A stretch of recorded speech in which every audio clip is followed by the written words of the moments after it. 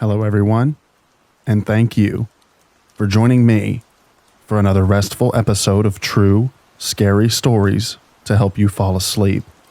Today, we are going to be reading true, scary backwoods stories. I hope you enjoy them. But before we get into the stories, I want to thank the sponsor of today's video, Aura. Aura is the leading cybersecurity company that ensures your digital adventures remain safe and secure. Now you may be wondering, what does cybersecurity have to do with being outdoors, camping, or being backwoods? Well, think about it. While we disconnect from the digital world and reconnect with nature, our smartphones and other devices are often with us, capturing those breathtaking moments and keeping us connected to loved ones. That's where Aura comes in. With their innovative cybersecurity solutions, they offer a seamless blend of protection and freedom, allowing us to explore the wilderness without worrying about online threats. Whether we're sharing our experiences on social media, making online transactions, or just listening to some true scary stories, Aura ensures that our personal information remains encrypted and our digital footprint stays secure. I've been using Aura for my outdoor adventures, and it's become an essential part of my gear. It's like having a trustworthy companion that keeps an eye on my online safety while I dive into the heart of nature's beauty. One of the features I love about Aura is its advanced threat detection system. It constantly scans for potential vulnerabilities and malicious activities, giving me peace of mind even when I'm miles away from civilization. Plus, their user-friendly interface makes it easy to customize security settings and tailor them to my specific needs. Whether I'm finding new stories to read, spending time with the family away from my devices, or even on the golf course, I know that Aura has got my back. It's like having an invisible shield that protects my digital world while I immerse myself in the beauty of the real world around me. So, before you set out on your next thrilling expedition, make sure to equip yourself with Aura. Trust me, it's a game changer when it comes to cybersecurity. Check out the link in the description down below, or the pinned comment to learn more about Aura and start your 2-week free trial to a safer digital adventure. And now, without further ado, lay back, relax, and enjoy these true, scary backwoods stories.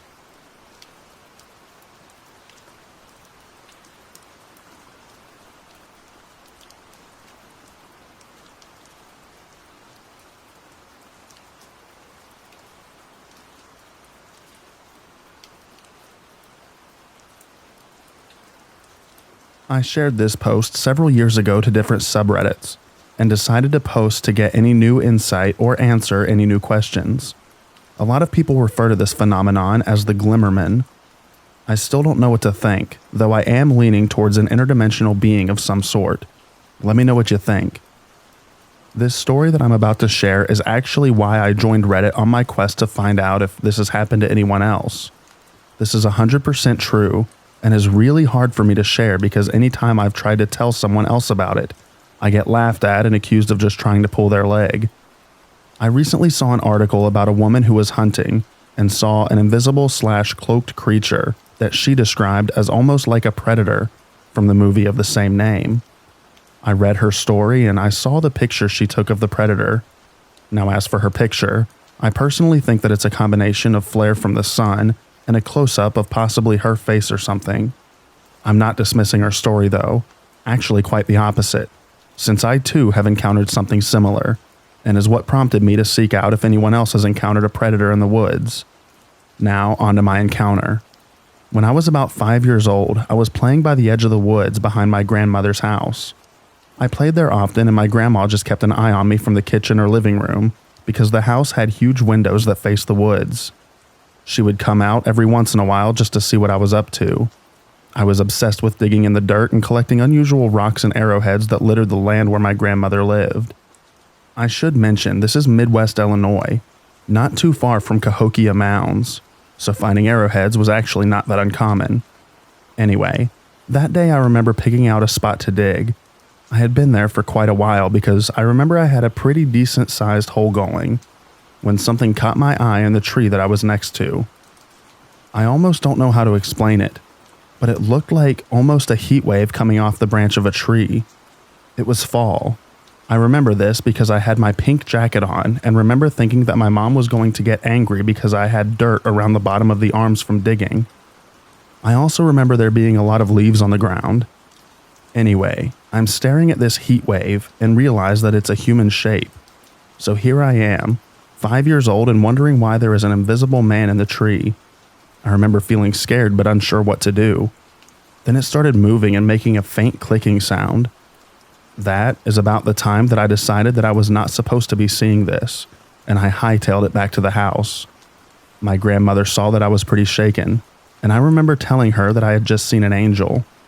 In my 5-year-old mind, I didn't know what else it could be. I had never heard of aliens or ghosts or monsters, so to me, it had to be an angel, because that's all that my little mind could think of. Fast forward to when I was about 12 years old. By this time, the encounter was way out of my mind. I loved watching action and sci-fi movies. My dad rented a movie called Predator. I'm watching it with him, and the first time you see the Predator invisible/cloaked, I about crapped my pants. All the memories from that day digging in the dirt came flooding back. I even asked my dad if Predator was real, or if he knew of anyone or any animal that had cloaking ability that I didn't know about. He told me it was all fake. It wasn't like it is today where I could just Google it. I had no access to the internet. So again, I just put it out of my mind. Again, fast forward to about the year 2004. I'm grown. I have 3 small children. I just went through a separation from my husband. I moved to the next town over to an apartment with my kids. These apartments are all one-level duplexes with there being 5 buildings. I'm at the very last apartment of the last building. The apartments are considered in town, but they're really on the outskirts. There's a deep ditch that runs behind the buildings with a chain link fence that separates the backyard from the ditch. There are about 6 or 7 trees on our side of the fence. If you follow the ditch a little bit, you hit a small forest that eventually leads to the country with a larger forest and farmland. I'm a smoker but would not smoke in the apartment because of the kids, so I often went out on the back porch. One night I was up late doing laundry and stuff after the kids went to bed. I decided to take a smoke break before I myself went to sleep. I'm back there on the porch and I started hearing this faint clicking sound. I immediately looked to the ditch because I had seen a groundhog out there a few days before, and I thought perhaps he was out there again. The yard is faintly lit from the outside light that is by the playground that is right to the right of my back porch. I didn't turn on my porch light. I didn't normally, if I was just going out for a quick smoke. I didn't see any groundhog or movement from the ditch, so I go back to smoking my cigarette. The faint clicking sound keeps happening, and a slight shift of movement makes me look up to the tree to the left of my porch. It's there, the same invisible thing that I had seen when I was 5. It's like a distortion and in a humanoid shape. It's crouching down on the branch with an arm out holding onto the trunk of the tree. I couldn't believe it. I was like, is this happening? Has this thing come to kill me from seeing it all those years ago? All I could think about was my kids in the apartment sleeping. I ran in and slammed and locked the door. I ran to the kids' rooms and made sure that all the windows were locked. Then I just turned out the lights in the living room and stared out the blinds at the tree to see if I could catch another glimpse of it. I sat there for about a good 10 minutes and I couldn't see anything. I began to think that I'm just tired and my mind was playing tricks on me. Just as I was finally talking myself down, my neighbor's dog comes running across the yard and starts barking at the tree at the same branch that I had just seen this predator thing. That pretty much freaked me out, because this dog was not a barker. I actually have never heard him bark at anything, even at the groundhog that had been hanging out at the ditch. This barking went on for a few minutes until I hear the neighbor lady who owns the dog call him back inside. The dog reluctantly turned to go back home, stopping every few feet to look back at the branch of the tree, until he was out of my sight. I didn't sleep that night and have never seen anything like it again. I don't know what to think of it. I'm a grown woman. I have kids and a good career. I just want to know if anyone else has ever had an experience like this. I know what I saw, believe it or not. Thanks for taking the time to read this.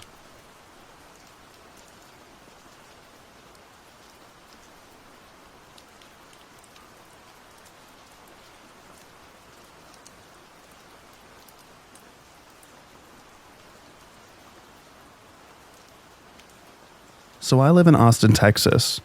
We have a metropolitan park located in North Austin that is almost 300 acres.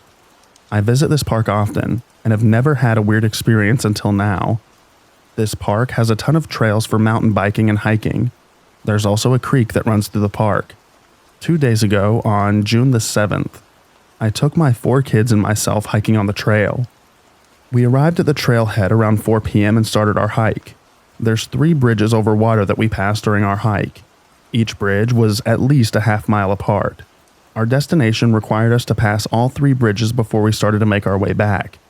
We made it to our destination and started walking back with no issues, only the occasional mountain biker passing by. On the way back, as we walked over the second bridge, my kids and I, all under the age of 10, heard someone very clearly with a female voice under the bridge say, "Hi dear, come over here," twice. The first time we heard it, we all stopped in our tracks and looked at each other like, "Did you hear that?" My 9-year-old daughter even asked, "Mom, did you hear that? What was that?" And my 3-year-old looked at me very perplexed. There was no one in sight. I even looked under the bridge and couldn't see anyone, but I could hear some rustling. Then a few seconds later, we heard it again in the exact same tone/voice. "Hi, my dear. Come over here." It was almost robotic. This was about an hour or so into our hike, so around 4 to 4:15 p.m. At that point, we all started swiftly walking towards the trailhead. No one said a word the whole time. I remained calm as I always carry my side piece, so I had a form of self-defense to rely on. But still, it definitely spooked me and the kids. There's a playground not far from the trailhead, and when I asked my kids if they wanted to play on the playground, they all simultaneously and without missing a beat said no. They wanted to go straight home. Considering this is in Austin, it definitely could have been a vagrant camping out at the park. This isn't unusual. Regardless, if this was a vagrant high on drugs or a supernatural being, it was still very creepy, and we were all very spooked.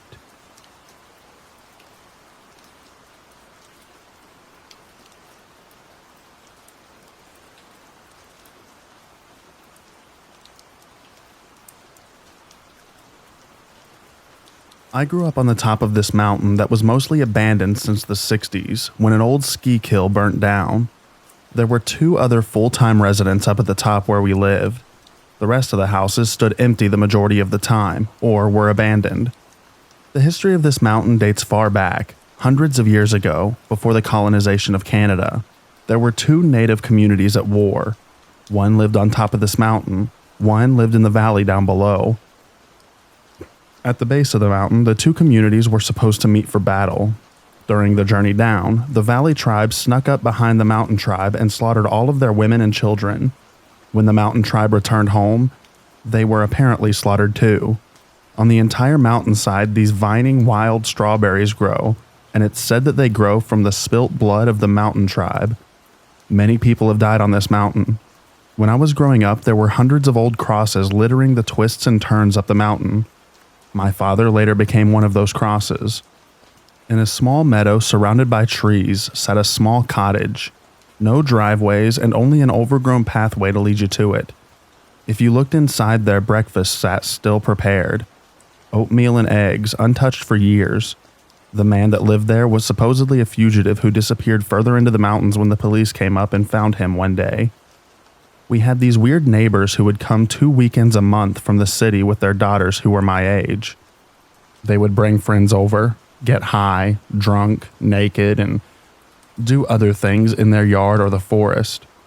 There was this eerie feeling you had while on this mountain, which was aptly named forbidden. I stood looking out my bedroom window at night. I swear I could see things moving in the forest below. We had the highest concentration of mountain lions in the world, and I was often stalked home. One night, my mother woke to the sound of the sliding door opening and closing. She walked downstairs, and my sister was standing there sleepwalking, whispering over and over, "Here, kitty, kitty." My sister had never been a sleepwalker until this. My mother grabbed her, closed and locked the sliding door, then flicked on the lights, and right there on the deck pacing back and forth was a cougar. My father also became a violent sleepwalker while living up there. He would have screaming matches with the wall, sometimes ended up throwing items around.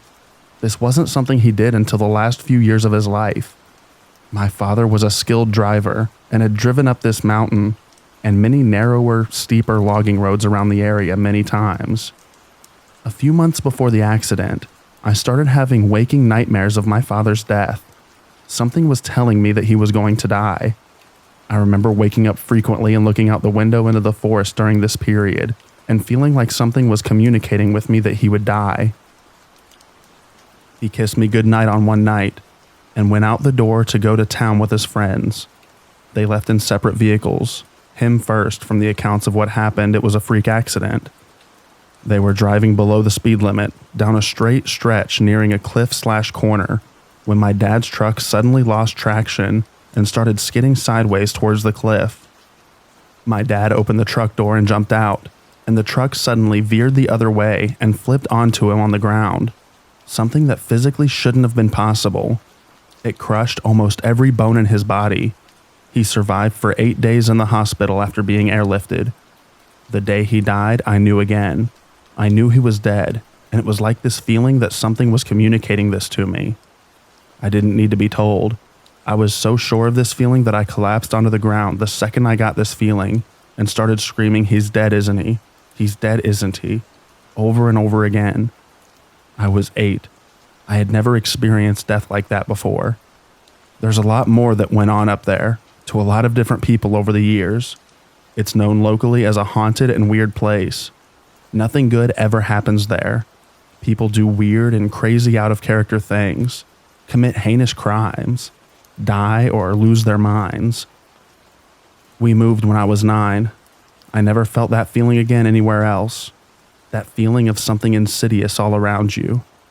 I've only been up there a handful of times since, and every time I do, that feeling returns.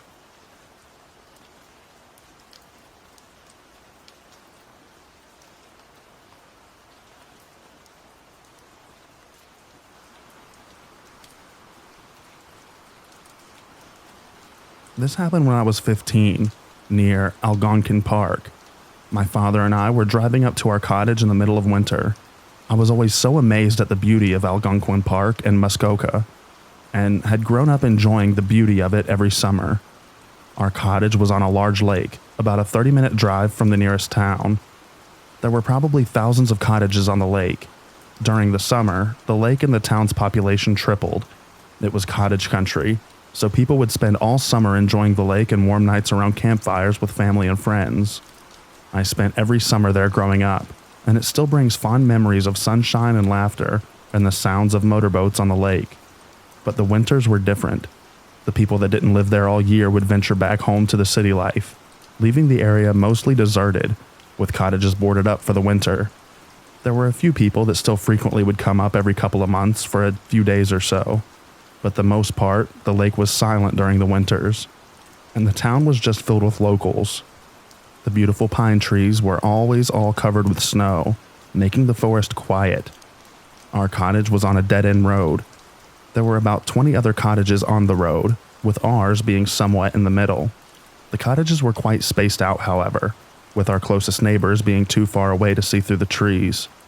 My dad had needed to head up to the cottage to do some painting that my mom had been bugging him to do. It was at the end of February, and it was a long weekend, so I tagged along so we wouldn't be alone and we could spend some quality time together. It was about a 5-hour drive from our home, but turned out to be an 8-hour drive due to the heavy snow. It had gotten dark out quite early, and it was around midnight as we drove through Algonquin Park. It was deadly quiet and pitch black except for the headlights of the car. We finally passed through the park with only about 30 minutes left to get to the cottage. It had stopped snowing, and we were both eager to get there. As we turned onto the familiar road, I remember my dad cursing. It hadn't been plowed yet. This wasn't surprising, however. It probably wouldn't be until later the next day that we would even see a snowplow. As we drove down the road, I noticed there was a fresh set of tire tracks. The Smiths must be up for the weekend, my dad had said.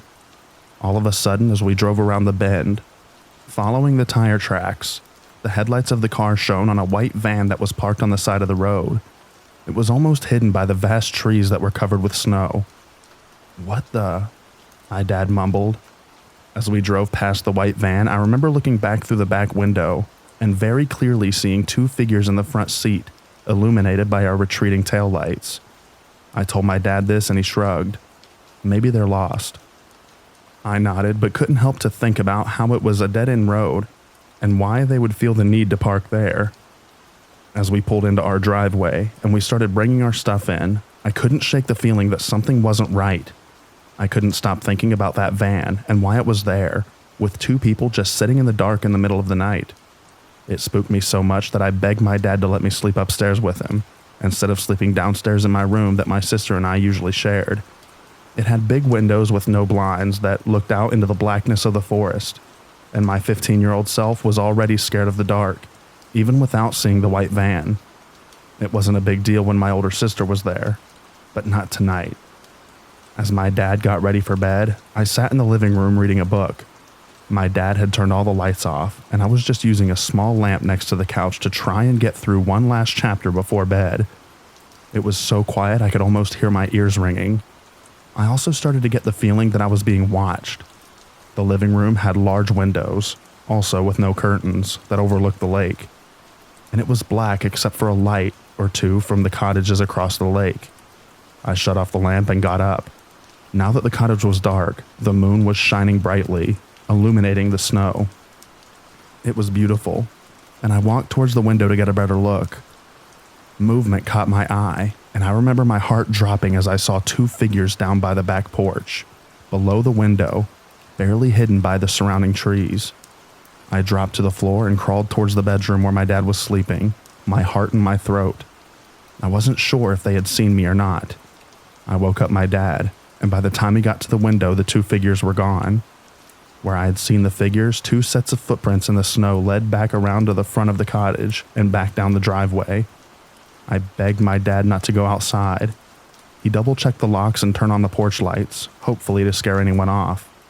My dad wasn't as freaked out as I was, but he still set the alarm before he headed back to bed. I remember being very freaked out, and I lay there all night next to my dad, terrified that I'd look out the window and see someone staring back at me. The next morning, my dad went outside and confirmed that there were two sets of footprints leading from the road to behind our cottage, and then back around to the front of the cottage and back up to the road. There were tire marks that showed the vehicle had turned around and then gone back up to the main road. My dad guessed that they were probably looking to break in and steal stuff, as it was the middle of winter and not too many people were up at the lake. But they knew we were there. They would have seen our tire tracks leading up to our cottage, and my dad's car parked out front. They also may have seen the lamp that I had turned on to read, and/or seeing it go off. My dad didn't have an answer to that, and after much back and forth, he called the non-emergency line and reported it. Apparently there had been some break-ins in the area, and some stuff had been stolen from some cottages that were boarded up for winter. But again, and I still wonder to this day, why would they be interested in stealing from a house that clearly had people inside it?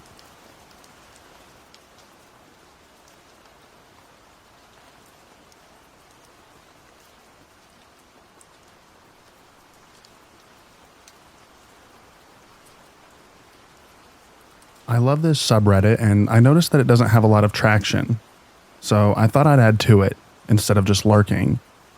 I've only ever recounted this story a couple of times because people generally don't believe me.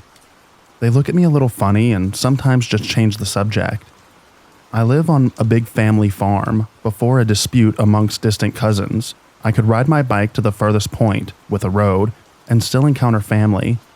One end was my house, the other was my great-grandmother's house, and between us was one big incline that led up and to the rest of the hundreds of acres. That was to the left. On the right was a field with a dried creek, trees growing and dying along where they once had water. This was the bottom of the property, split by a small dirt road, sandwiched by a main road. In the fall, I could see the main road past the field and through the trees.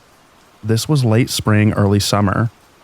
I went past my grandma's house to enjoy a cool ride in the overshaded path. The overgrown field, sometimes full of flowers on my right, made it all the better. As soon as I left the hot sun and the canopy blanketed me, the temperature changed drastically. I was expecting cool and shady, not bitter, and to see my breath. I had this horrible weight to my guts, and I was overwhelmed with fear. My fight or flight was screaming at me to get away from there and to not look right. My fear was overwhelming, and I couldn't help but turn my head as I realized I could hear the dry grass crunching along with my crunching of gravel. The tall grass was bending in a way that was indicative to someone running through it. The grass was between 4 and 5 feet high. The possibilities are endless for what it could be. As I swung my head back to make sure I wasn't going to crash as I increased speed, I realized there was a second trail in the grass. I nearly stomped on my brakes to observe, still panicking. I wondered if maybe I wasn't the prey in mind. As I came to a halt, I slid a bit in the gravel. An animal screamed, and I noticed the muzzle of a deer, or what looked like it at a glance, break the top of the grass. As a clear scuffle broke out, the grass moving appropriately, I sped off again, not wanting whatever predator to choose me for dessert. I hid at my great-grandma's in one of her outbuildings. Someone had to get me because I was so scared. They didn't understand and just gave me a hard time for taking their time. It took 4 years for me to ride my bike back through there, and I only did it the once more out of necessity. The overwhelming fear and dread that I felt was gone as soon as I was past there out of the canopy and in the next clearing in the sun. I couldn't hear any of the noises when I got past, even though I was only maybe another 100 yards down. It's hard for me not to think it's supernatural in some way, because less than 300 feet away from where the prey was taken is a cemetery for children. A very small plot. In fact, only 4 are buried there. I've also always been told my whole life that the animals I could have possibly seen are more seen after dusk. To see them just after 1 p.m. is fairly odd. I don't have any reason to return, but I still shudder and shake at the idea of being alone on that small stretch of dirt road again. The dread that I felt that day was suffocating.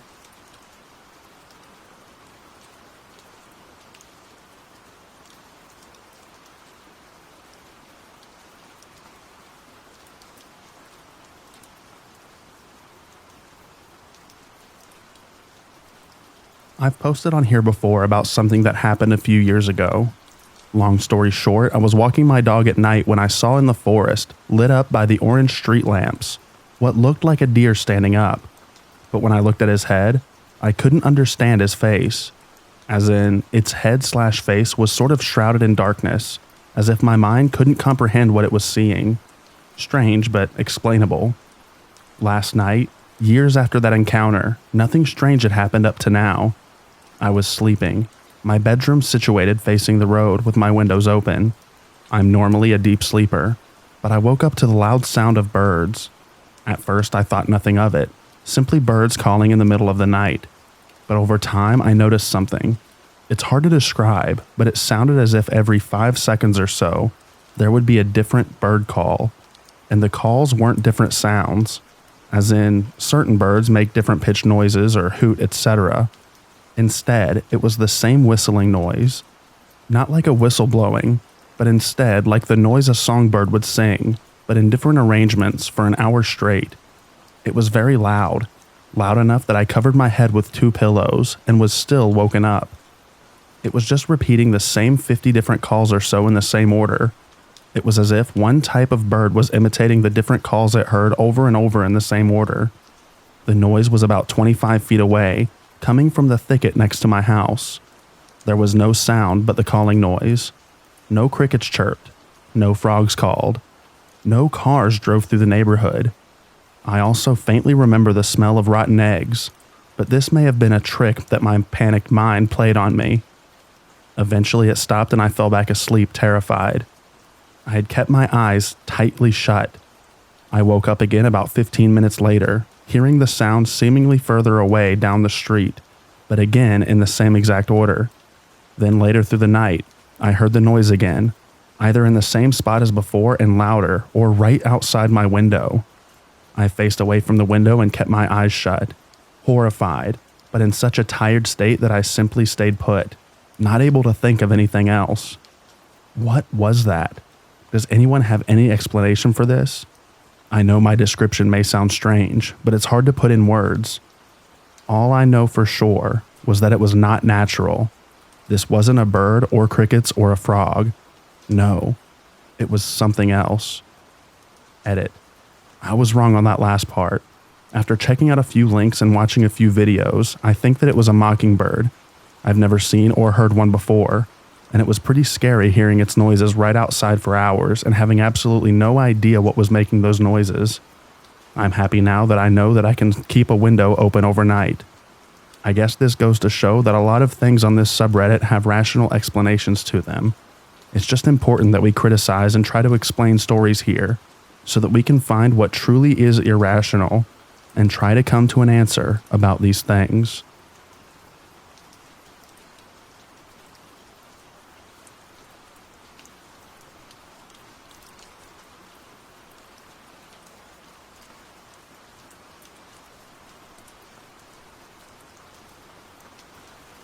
This took place last year, at the beginning of summer. I was with my mom, headed down to my Nana's farm to visit for a weekend. For some context, she lives on a farm way back in the country, right at the foot of a mountain in rural South Carolina. It's a very rural, secluded area, so the roads are badly maintained and barely wide enough for two cars to pass one another. The houses are also spread out and set far back into the tree line from the road, so there's very little ambient light besides the headlights of a car. So my mom and I are driving along, her in the driver's seat and me in the passenger. It was around 11 p.m., and we are about 15 minutes from Nana's house, deep in the woods with the radio down to almost silent. We come onto this straight stretch of road in a heavily wooded area, and suddenly this blur of a creature darts out across the road, right at the edge of our headlights. It was moving pretty good, but both me and my mom were able to get a good look at it, and we both agree on what we saw.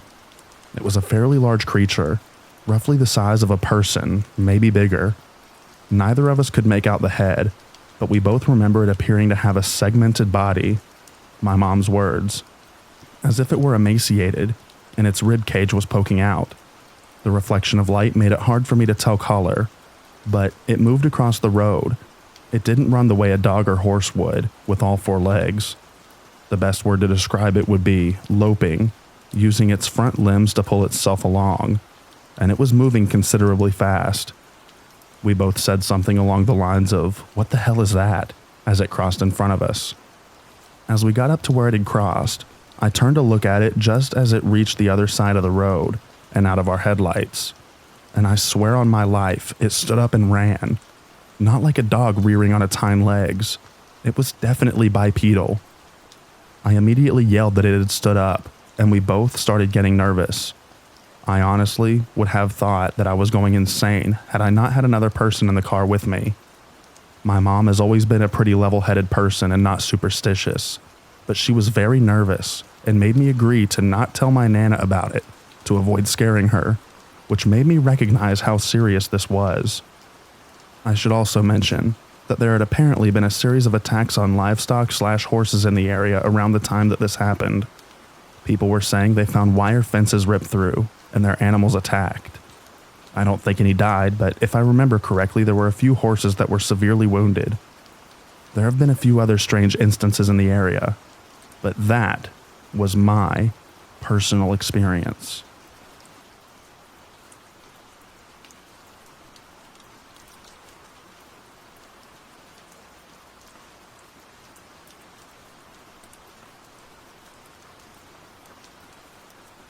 So I moved to East Tennessee about 2 years ago now, and the state is absolutely gorgeous. Waking up every morning to a beautiful sunrise and going to sleep actually being able to see the stars is great, since I lived in a city before I came here. Anyways, ever since I moved here with my now husband, I've been having some odd encounters/experiences with something here. Not really sure what it is, but here's a basic rundown of what it does. It scratches and knocks at the back door, closest to the woods, mimics voices, freaks our cat out to the point where he doesn't act like himself, scratches on the wall closest to our bed, thumps on the floor, and gives us terrible nightmares. We live in his childhood home, and he said that he's been dealing with this thing for a while now, and to be very careful if I were to go up to the ridge by myself.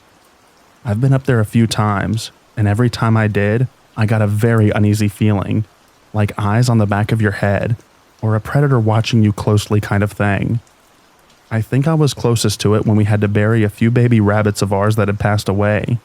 It was dark and starting to rain, but I didn't want to just yeet them into the woods since I hand-fed them and had a bond with them. Me and my husband were close to the tree line when I heard something pacing back and forth in it. I couldn't see it, but the leaves rustling and the presence alone told me what it was.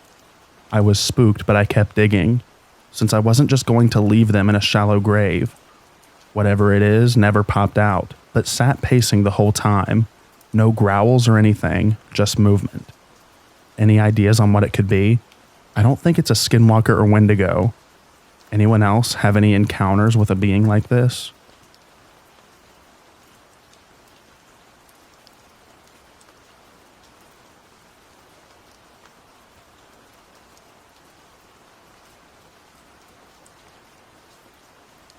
This was about 5 years ago. Me, my mom, and my dad were camping at Mary Jane Thurston State Park, just outside of Grand Rapids, Ohio. It was around the end of August / the beginning of September. Our campsite was in the front part of the campgrounds. Leading up to the 2 separate incidents, we occasionally heard what we thought could have been a bird of some kind screaming or screeching up in the trees, or at least it sounded like it was coming from the top of the trees. We'd hear it almost every night, but in a different location. We'd hear it in the trees behind us one night, then the next night it would come from the other end of the campgrounds. Then the night after, we'd hear it from across the road. I've listened to the sounds of different animals, including owls, to see if that was the noise we heard, but nothing is even close. Occasionally we'd hear what sounded like branches being snapped, but we thought nothing of it. I had my own tent, and that detail is somewhat important as it factors into the second incident. The first incident. My dad woke up in the middle of the night to what sounded like someone was rummaging through the ice chest, which was setting between our tents. He said he then heard whoever or whatever it was shut the cooler and walk away. He told me and my mom about it the next day. The odd thing was that nothing was missing from the cooler. The second incident happened the night after the first one. I had a little small TV and my game console in my tent. I was watching a movie when I hear something approaching our campsite. Whatever it is went through the cooler again. I could hear the ice moving around as it was rummaging through the cooler. I was as still and as quiet as possible, but whoever, or should I say whatever it was, knew that I was awake because it decided to put its massive hand on the side of my tent and push it in. I was frozen with fear and didn't know what to do. It felt like forever, but was only about 20 seconds before it took its hand from my tent and walked away. I didn't think about looking for tracks the next day. We don't have bears in this part of Ohio, so I definitely know that it wasn't a bear. This thing didn't take anything from the ice chest despite going through it twice. I know when it put its hand on my tent and pushed in a little, I was frozen with fear. We know it wasn't some homeless person or anyone else, because there was maybe 5 campsites that had anyone, and they were in the back part of the campground.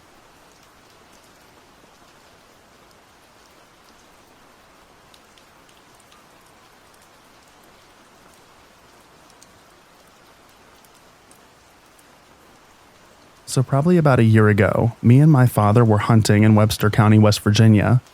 It was bow season in fall.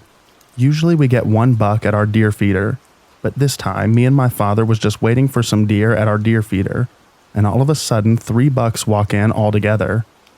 In the middle there was the 6-point buck, but for some reason the top of its head was white. We didn't shoot it. Instead, my father shot the 4-point.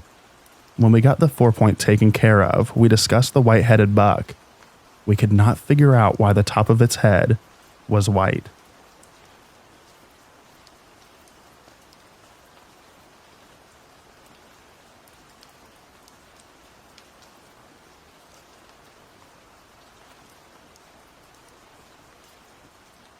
About 6 years ago, I was in fantastic shape and used to take my then toddler on long day hikes in our local woods or state parks around Oregon. One Saturday, we decided to do a 10-mile loop around a local reservoir. We packed a lunch so we could stop midpoint. I also always packed my kiddo a second set of clothes due to their proclivity for finding gross things. As was usual, said toddler had a lot of energy at the beginning of the hike, and would run 20 yards or so in front of me, stop to look at plants, help me identify things near the trail, and of course find a good stick. After about 3 miles, the 4-year-old wanted to be carried for a bit. No biggie. Hoisted the tot up onto my shoulders and off we went. We reached the half-mile point. The day was a beautiful April day in Oregon. We had encountered a small drizzle early on, but that just delighted the small one. Temperatures were such that a light flannel shirt was perfect, and I rolled up my sleeves after walking 2 miles with an extra 40 pounds on my shoulders. We ate lunch and continued on our way. About half a mile after eating, my 4-year-old's demeanor began to change. They became quiet and didn't want to run down the path or engage in looking at plants. I thought maybe they were just tired and our lunch break hadn't been long enough. However, we continued on. Soon, I noticed that the ever-present sounds in the woods had stopped. It was eerily quiet, and all I could hear was the sounds of our feet hitting the ground. The hair on the back of my neck started to prickle. I only had my hunting axe with me, so I found a hefty stick for myself. My 4-year-old asked if we could turn around. This kid doesn't like to turn around, especially on loop hikes. I didn't hesitate and said yes. I managed to fit them against my back and use my backpack to keep them in place, kind of like a lullaby carrier. My head was on a swivel as I quickly walked back the way we came. After about a quarter mile, the feeling of unease and being watched receded. The normal noises of birds, insects, frogs, etc. all resumed. A couple of days later, I saw a local Facebook post that a logging crew, who was on the opposite side of the hill we had hiked on, had spotted a mama mountain lion and her cub. No idea if that's what had me and my kiddo spooked, but it was definitely the most scared I'd ever felt on a hike. We went back a couple of months after that and brought my husband with us. We did the whole loop and never encountered that feeling again.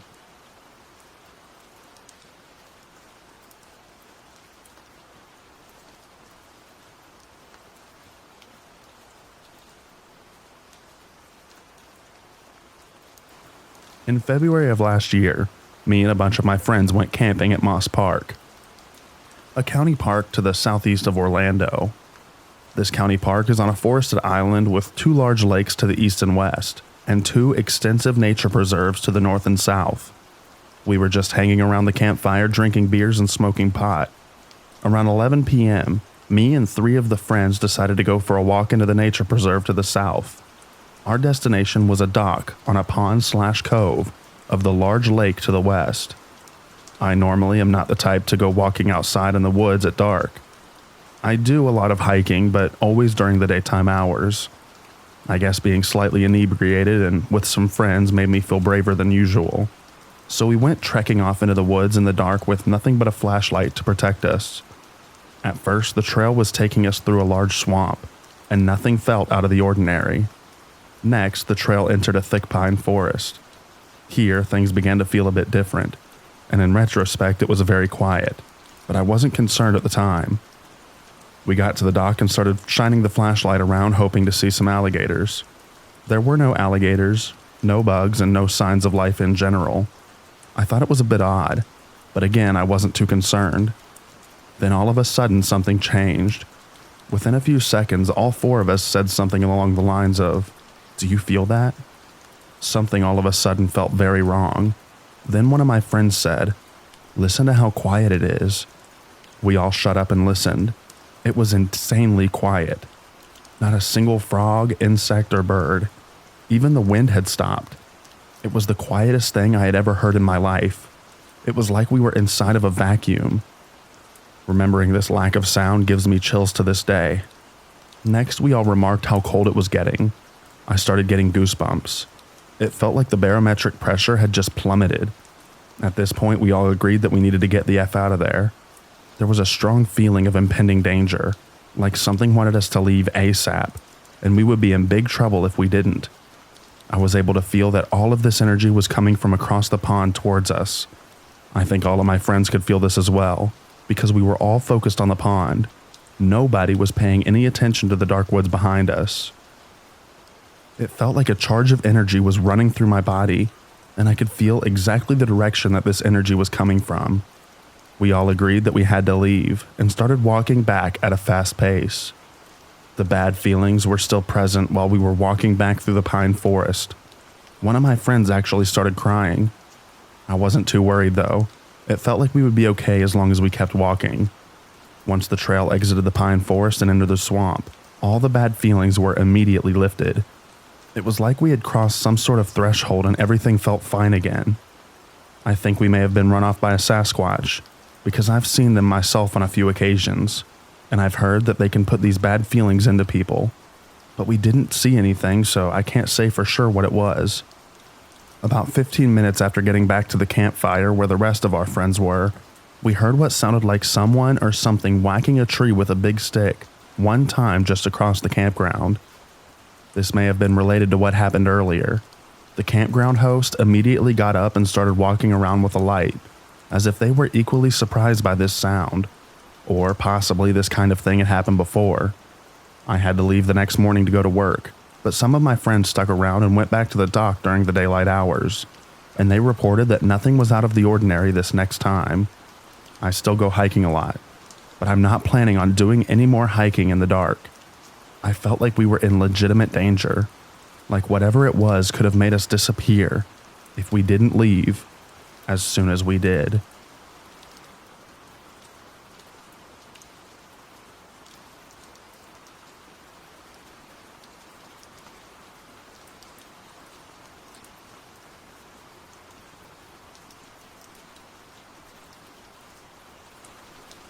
So a little bit of background. I'm from Spain with family from Italy. This story is 100% true. Me, my dad, and my brother are all three familiar with camping, nature, etc. We don't get scared easily, and we aren't really superstitious or whatever. Also, excuse me for any grammatical errors I might make in this. English isn't my first language. But anyway, now on to the story. This happened in 2010, I believe. I was 8 years old, and we were on summer vacation in Italy, in the region of Tuscany, where some of our family is from. We, my brother, dad, and me, were hiking in the country far away from any towns or any other form of big civilization. We were not very familiar with this route, though. All of a sudden, we stumble across what looks like an abandoned Tuscan farmhouse. Not very big, though. We all look around and yell, asking whether there was someone. It looked very abandoned. The door was missing. Plants all growing over the place. Safe to say, no one lived there. So since we love adventure and it didn't seem like a bad plan to do with 2 children, we decided to take a look at the place. As we're going to enter the house, out of nowhere comes a barn owl flying out of the house. It was dark in there, so we had a quick scare, but nothing too bad. It's just an owl, right? Now we enter the house and we just find the typical stuff that you would imagine to find when you're in an abandoned house. Cutlery and plates on the ground, a candle, some old paintings. Nothing really valuable though. Now we see an old wooden ladder that leads up to a hole in the ceiling. It was not a very big hole. My father couldn't fit. To give you an idea, he's like 6'2". And so, since I was the oldest of the 2 kids, I would go up and tell them what I saw upstairs. Now I went up the ladder and I got in a room where I could barely see because the windows were covered with wood boards. So I could make out some stuff by a few sun rays that would get in through the gaps. I could see graffiti signs, typical for an abandoned house, right? And I saw another room, so I told my father and brother that I would advance to there and see what was up. As I opened the rotten wooden door, I immediately stood still. A disgusting rotten smell penetrated my nose. I almost had to throw up. I wanted to know what caused this bad smell. Then, in the corner of the room, I could make out a silhouette. I got closer to investigate what it could be, and I could barely make out that it was the lifeless body of a dog. A big dog. And spicy detail, the body was skinned. No fur or anything. Just pure rotting flesh in the shape of a big dog. I don't remember how long I stood there, frozen, but I woke up from my shock with the screams of my brother, because apparently the barn owl had gotten back inside the house and had almost hit him. So my dad yelled at me to come back and I gladly obeyed. When I got back downstairs, I told him what I had seen, and the look that he gave me was that of a man who was scared to crap, but doesn't want to admit it in order not to scare his young kids. He just got close to my ear and whispered to run. We ran out of that place and never got back, or even close to the route leading to it. Now, it might not be very scary compared to other stories on this page or very Backwoods related, but I thought I'd give it a go since someone said that they wanted to hear stories from outside the Northern America sphere. It was still in the country part and there were woods around it though. I'm sorry in advance for my English.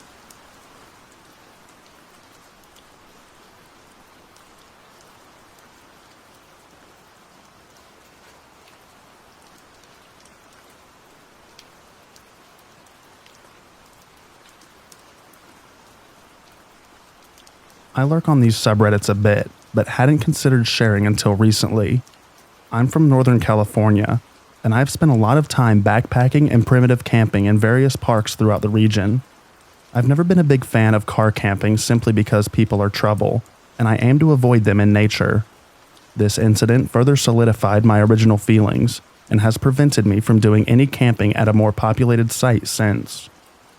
A couple years back, 2 of my girlfriends and I decided on a whim to head north and camp alongside the Yuba River. We had a decent day swimming and sunning ourselves on the rocks before we headed back to camp to cook dinner. All in all, a lovely day. We were all sleeping in separate tents, and I should mention that one of my friends is a heavy sleeper, and the other had a fair amount to drink and was out cold. Around 2 a.m., I woke up suddenly. I was disoriented, and it took me a moment to realize the sounds that I was hearing was a woman in distress. She was desperately pleading with someone. Her cries became hysterical screams, and it quickly became evident that she was being beaten. Without thinking, I exited my tent and attempted to wake my girlfriends. I was panicked and frightened, and my instinct was to avoid making too much noise. I was unable to stir either of them.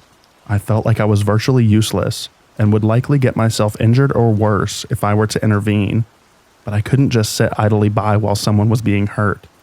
I grabbed my buck knife, and with the moon high overhead, I cautiously crept towards the commotion. As I faltered towards the clearing of their campsite, suddenly to my left I heard loud footsteps, and a man emerged from the woods.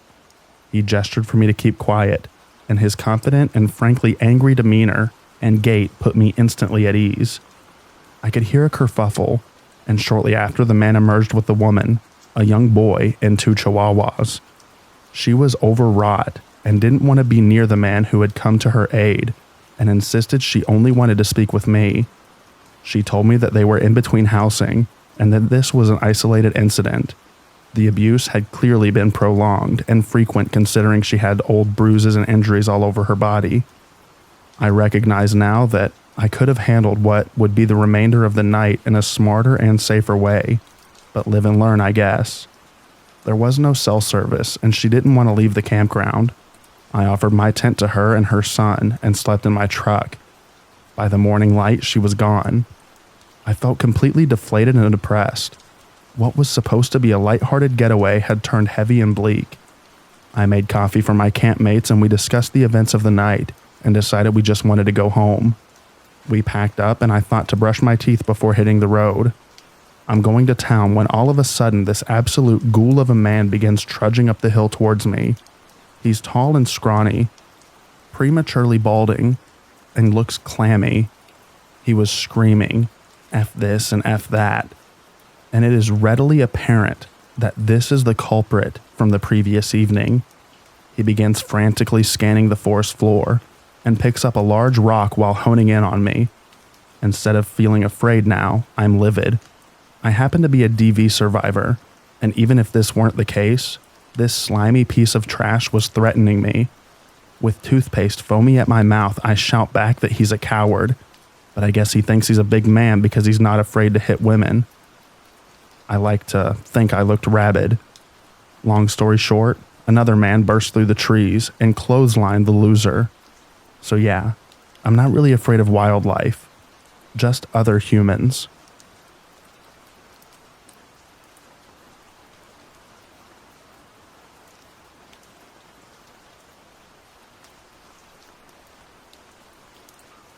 I was backpacking with my dog, and about 12 miles from the road and trailhead, so pretty far from people, though popular enough that other hikers might be around, though we saw no one all day. About 2 a.m., my dog started this really low, deep growl and wakes me up. I turn on my headlamp and see his teeth showing, and he's right on top of me. I hear heavy footsteps. I think black bear, maybe a moose, near the tent. I leash my dog so he doesn't tear through the tent, and the footsteps move further away, but keep circling my tent. All of my food and toiletries are hung in a tree in a bear bag, nothing in the tent to draw a bear's attention. I clap my hands. Something is still slowly circling. Not something a moose would do, and a bear might if he wanted food, but I've got nothing and a really big dog with me. I decide to step out of the tent with the leash in one hand and bear spray in the other, yelling, "Hey bear." The footsteps stop. Dog's nose is in the air, telling me to look right, but nothing in my headlamp that I can see. I didn't hear anything run off, but it's quiet. I give it 5 minutes or so, get back in the tent, and it starts up again, slowly circling maybe 50 feet from me. Maybe an hour later, I hear the footsteps wander off into the woods. At dawn, I take the dog and the bear spray and start looking for tracks. I find a clear path in the leaves that have been trampled but no tracks. The dog's nose is on the ground and I follow his lead, and he follows the loop around our campsite. We finally see a few human footprints, not shoe tracks, a regular size, not Bigfoot, bare human foot. Somebody was wandering around the middle of nowhere, near the tent and circling my tent for an hour or more, and left a dump for me to find. Edit to add to reply to common questions / themes in the comment replies. Hiking and backpacking are incredibly safe. I've been doing this for decades, and this is the only weird experience I've ever had. The hiking community is incredibly friendly. The trails have become more crowded since COVID, and you definitely see more people on the trails, and less trail courtesy. Also, I was very far away from civilization. Bad guys don't hike 12 miles to do harm, and I'm pretty sure they don't carry toilet paper. The only incident that I know of was an emotionally disturbed person stabbed 2 hikers in an Edronach shelter somewhere in the southern part of the Appalachian Trail 5 or 6 years ago. I've hiked thousands of miles without a single dangerous human interaction. 2. I don't hike with a gun. They are too much weight to add for me on long multi-day hikes.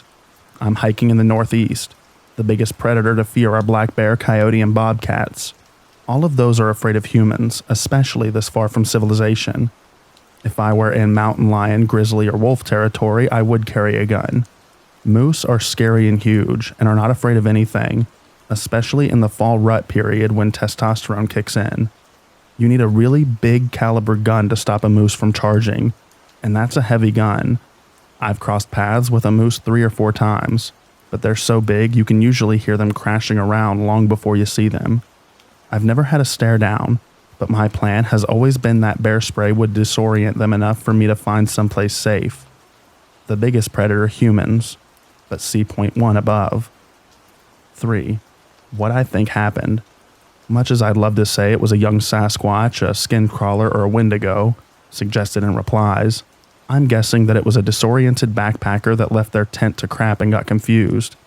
I was hiking a somewhat popular long loop trail, and I believe someone was probably hiking the opposite way and stopped to camp somewhere on the trail ahead of me.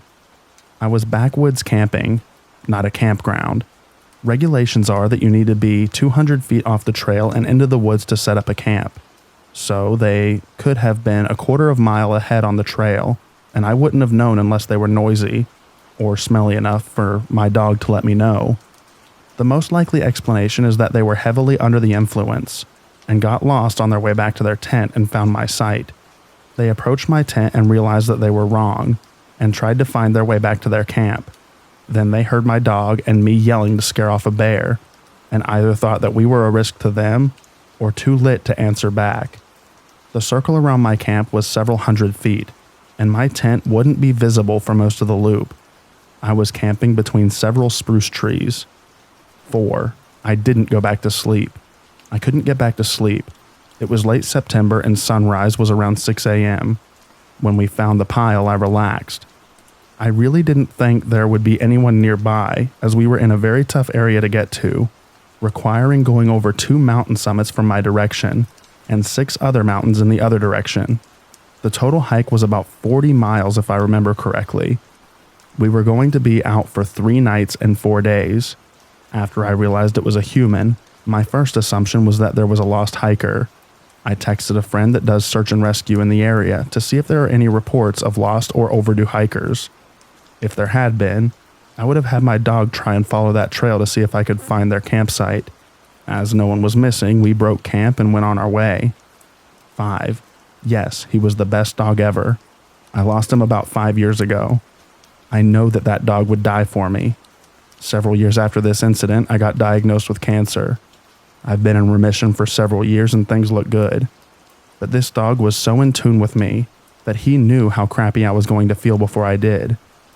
He would walk with me to the bathroom and sit right next to me as I puked my guts up. He'd walk me back to bed and let me rest my hand on his back if I needed a little help walking. Everyone has a heart dog. He was mine. I swear, he knew that I had cancer before I did. He used to sniff me right where my tumor was located. I still get teary-eyed thinking of him. Rest in peace, big guy.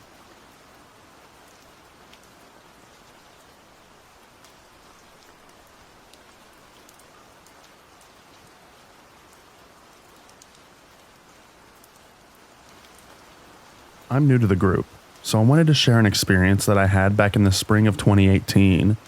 I've had a few of what could be considered paranormal experiences in my life, but this was the most recent and unnerving.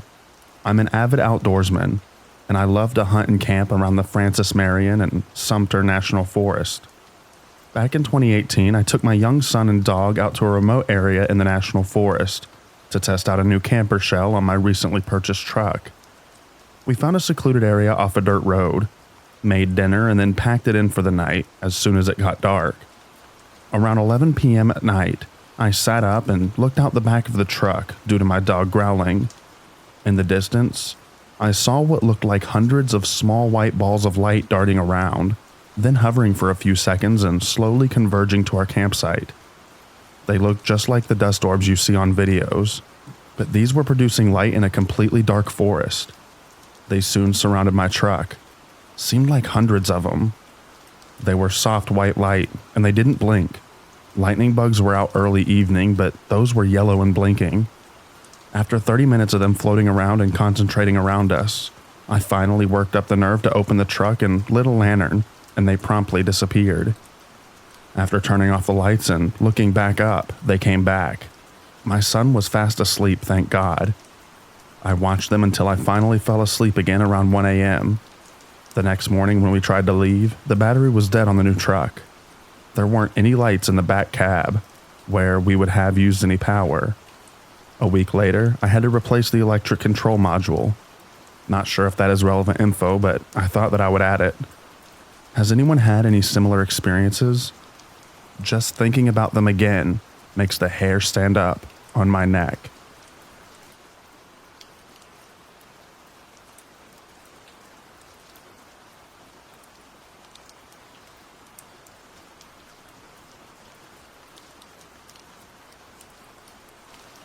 I was hiking in the Catskills. I live in Philadelphia, Pennsylvania, but I come up to the Catskills fairly regularly throughout the year because sometimes the Poconos get a little boring. I started at the trailhead parking lot where I parked my car and began walking up the same trail that I've walked up 1,000 times. After about an hour, I started to feel kind of weird. It felt like the woods were a little bit quieter than they usually were when I had come up here before, but I wasn't initially very concerned about it. After I sat down to have breakfast, I started hearing rustling above me, and some sticks fell down right behind me. I wasn't really worried about this earlier, as I just assumed it was some squirrels running around or some chipmunks throwing things at me. This has happened to me before. I finished my breakfast without incident and kept walking towards the summit. This was fairly early in the morning, around 6 a.m., so I would think there would be a lot of birds chirping and a lot of other activity. But things just kept getting quieter and quieter as I ascended. This definitely creeped me out, but I tried to push it out of my mind because I've already been hiking for a while at this point, and I'm definitely not turning around. Eventually, more sticks fell to my right, somewhat close to me, and they sounded heavier. These were the kind of small twigs that would generally fall from squirrel activity. I went over and checked them, and these were fairly substantial. This continued to happen in a higher frequency until I finally reached the end of the trail. On my way back, it happened continuously, increasing in frequency as I descended, until suddenly, it just kind of stopped when I was about a mile from the car. When I finally returned to my car, I found all of the doors open, and it seemed like a lot of my stuff had been very violently rummaged through. I had a bag in there with some of my clothes in it, and this had been torn up. A lot of my clothes were outside the car, leading back into the woods. I thought about calling the police, but I live in Philadelphia, so I knew that there wasn't really anything that was going to happen. To this day, I still get freaked out when I think about it. I don't necessarily think that it was connected, but I do feel really uneasy about both of these things happening at the same time. But then again, maybe I was just robbed.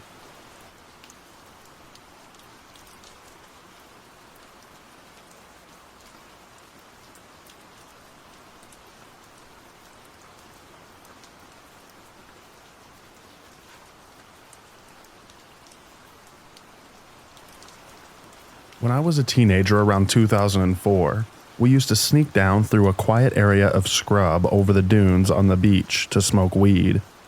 I lived in a very small coastal town on the mid-north coast of New South Wales. Typical wildlife was possums, wallabies, and maybe the occasional kangaroo.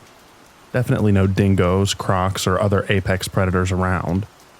One night, as we quietly made our way down the path, we noticed a shuffling, rustling sound in the undergrowth near the path. We stopped moving, and the sound seemed to stop as well. There was absolutely zero light except from some houses in the distance and the moon. After a brief pause, we decided to keep moving. We heard the rustling sound again, and this time noticed some bushes moving. We stopped, and my friend whispered, "Holy crap, did anyone else see the trees move?"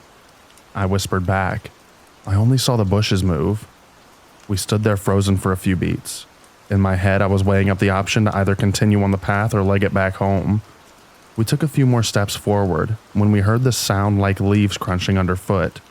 At this point, I reached out and grabbed my friend's hand, thinking maybe we were being followed by someone. It was right then that I noticed I could smell something awful. "What's that smell?" my mate whispered. His voice came out so small it frightened me even more.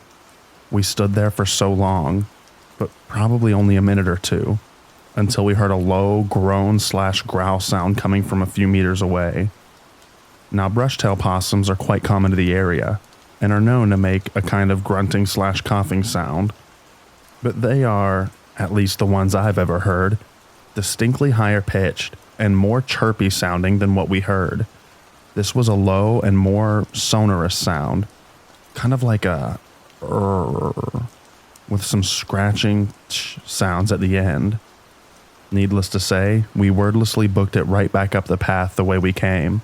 It sounded to me like a huge commotion of leaves crunching and branches shaking and crashing behind us as we ran.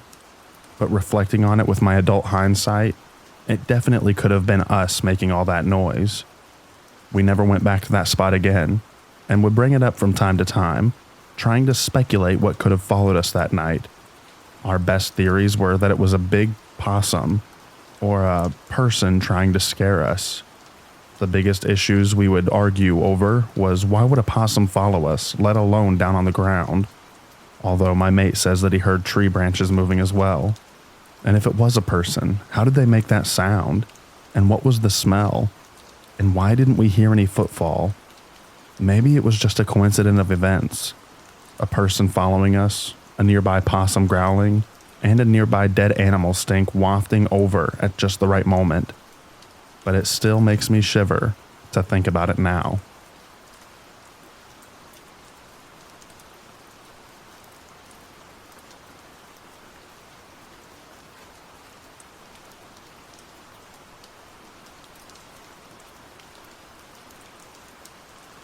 I mentioned this story in a reply to someone else a while back, and I thought I'd give it its own thread. Location is a campground that may or may not be currently accessible. I know it was closed, gated off from the road, for quite a while, a good few years ago.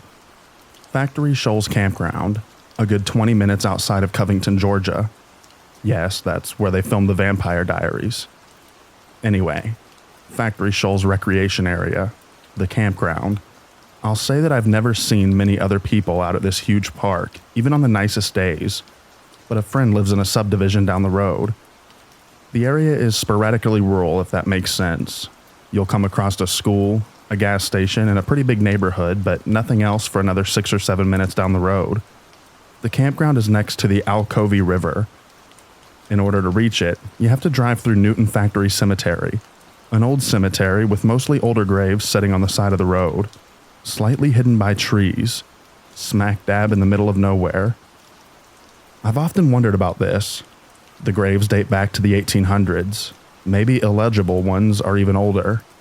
And at some point someone says, "Hey, let's put a road through the cemetery and create a campground." So you go down this janky road through the cemetery about a quarter mile, and there you are, barely managed campground. There's maybe 7 sites, mostly next to the river. I'm with a friend. It's a nice evening. The light bustling of the river is calming. There's only one other campsite occupied a bit down. No street lamps. The only light you have is the fire in your flashlight. So when we're headed to bed, fire extinguished, it's pitch black. You can see the stars. There must not have been a moon that night. I'm laying down and closing my eyes, and I realize it's too quiet. Deafening silence. I jump back up and go to my friend's tent and tell her that I'm suddenly feeling really creeped out. We both realize the bugs and even the river have gone silent. To be fair, the river is only about 8 foot across and about 2 feet deep here. We had commented on the peaceful lull of the river all through the evening. With curiosity stronger than fear, we walk over towards the water and observe a mist or fog lifting from the water. We're a little anxious and don't want to get right up on the bank to see if we can see the water moving. So my friend remembers a light-up fishing lure type thing that she has in her bag. She fetches it, tosses it in, and it just sits there. It doesn't flow down. So it's like the river came to a complete stop in its movement, is releasing a thick mist, and is completely dark and silent, except for that lure and its faint red glow barely visible through the thick mist. We both kind of start muttering that we should maybe pack up quick and leave before I see the spark and hear a gun firing not 15 feet away from us. Shine a light for a split second before we're both in the car. It's cranked, and we are tearing out of there. I didn't see anyone either from shining my light or from the headlights, and I about had a panic attack coming through the cemetery after that with the elongated shadows from headstones and monuments. I didn't sleep that evening, even after crashing on my friend's couch. Logic tells me the quiet could have come from a prowling human with a gun, but the mist and a river current stopping, and what if the who/whatever followed us? I didn't even gather my tent and sleeping bag before going home the next day. I luckily had placed my bag in my car for some reason instead of taking it inside, so my only loss was the small old tent, the sleeping bag, a battery-powered lantern, and a camp chair. So it's maybe a year later and I'm in the area with my husband, and he doesn't believe me about the campground on the other side of a cemetery. It's midday and I decide to show him. Pull up, and I see that the road is now blocked off beyond the graves, with a sign that states the campground is currently closed. We get out a minute to walk around the cemetery. It's a dirt road. There's a lot of kicked up dust settling. So much that my husband asks if there's water in my trunk. He's coughing. I go to get it, cursing under my breath at the thick layer of settled dust already on my precious sports car. And I notice a very clean and distinct fresh tiny handprint on my trunk. It had to be really fresh, because I stood there and watched the still settling dirt start to stick and fill it in. We'd never made it more than a few feet from the car. There's nobody else out there. Again, we book it out of there. I know there's a legend about parking cars on hills in certain areas at night, and you'll find little handprints on the back and your car will have moved. My car didn't move, but those were legit fresh little handprints. I'm not sure if the cemetery brings playful souls. The entire area holds on to some type of energy, or there's just some incredibly sneaky people that hang out in a minimally trafficked woods and back roads. I'll reiterate that this is part of a park, a recreational area that has grills and picnic tables about 3 minutes down the road, and I never saw anyone there the few times I visited aside from my friend, husband, or the other tent that I saw further down the river when we tried to camp. I've never gone back. I've been to other places in Newton County, though, that offer similar vibes. The Alcovey Trestle, Gaither Plantation, a random church smack dab in the middle of the woods, that creepy old gas station. But never back to the place that was in this story. And that's it. That's all that happened. That's the story.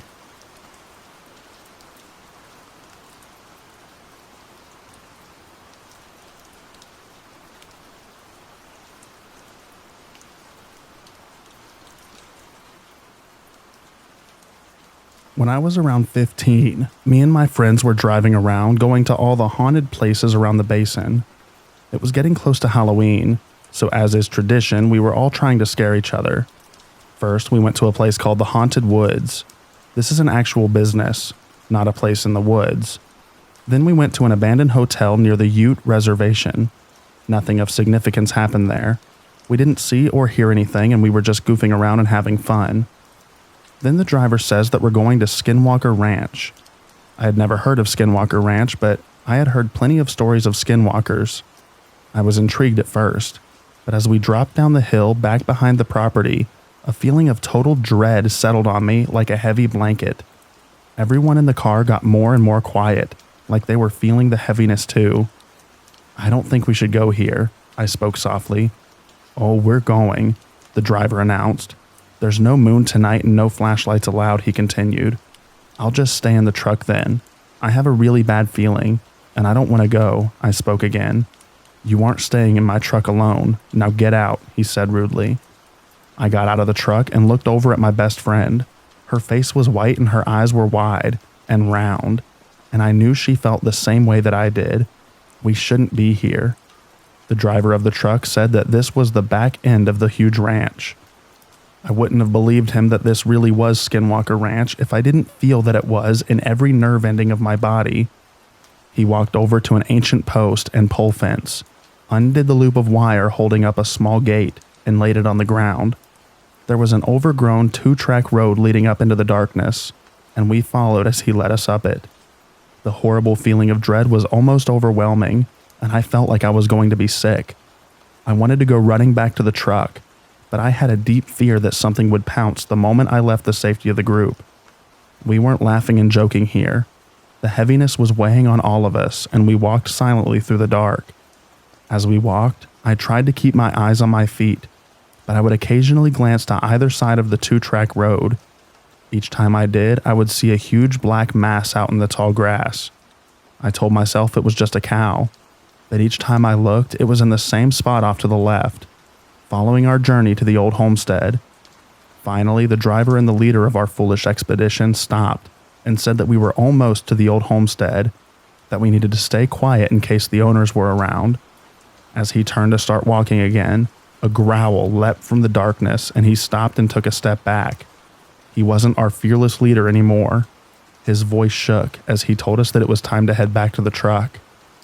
We walked a little ways back, and then one of our group said they needed to use the bathroom. We stopped by a small stream running along the south end of the property. I was smoking and talking to one of my friends about how relieved I was that we were leaving.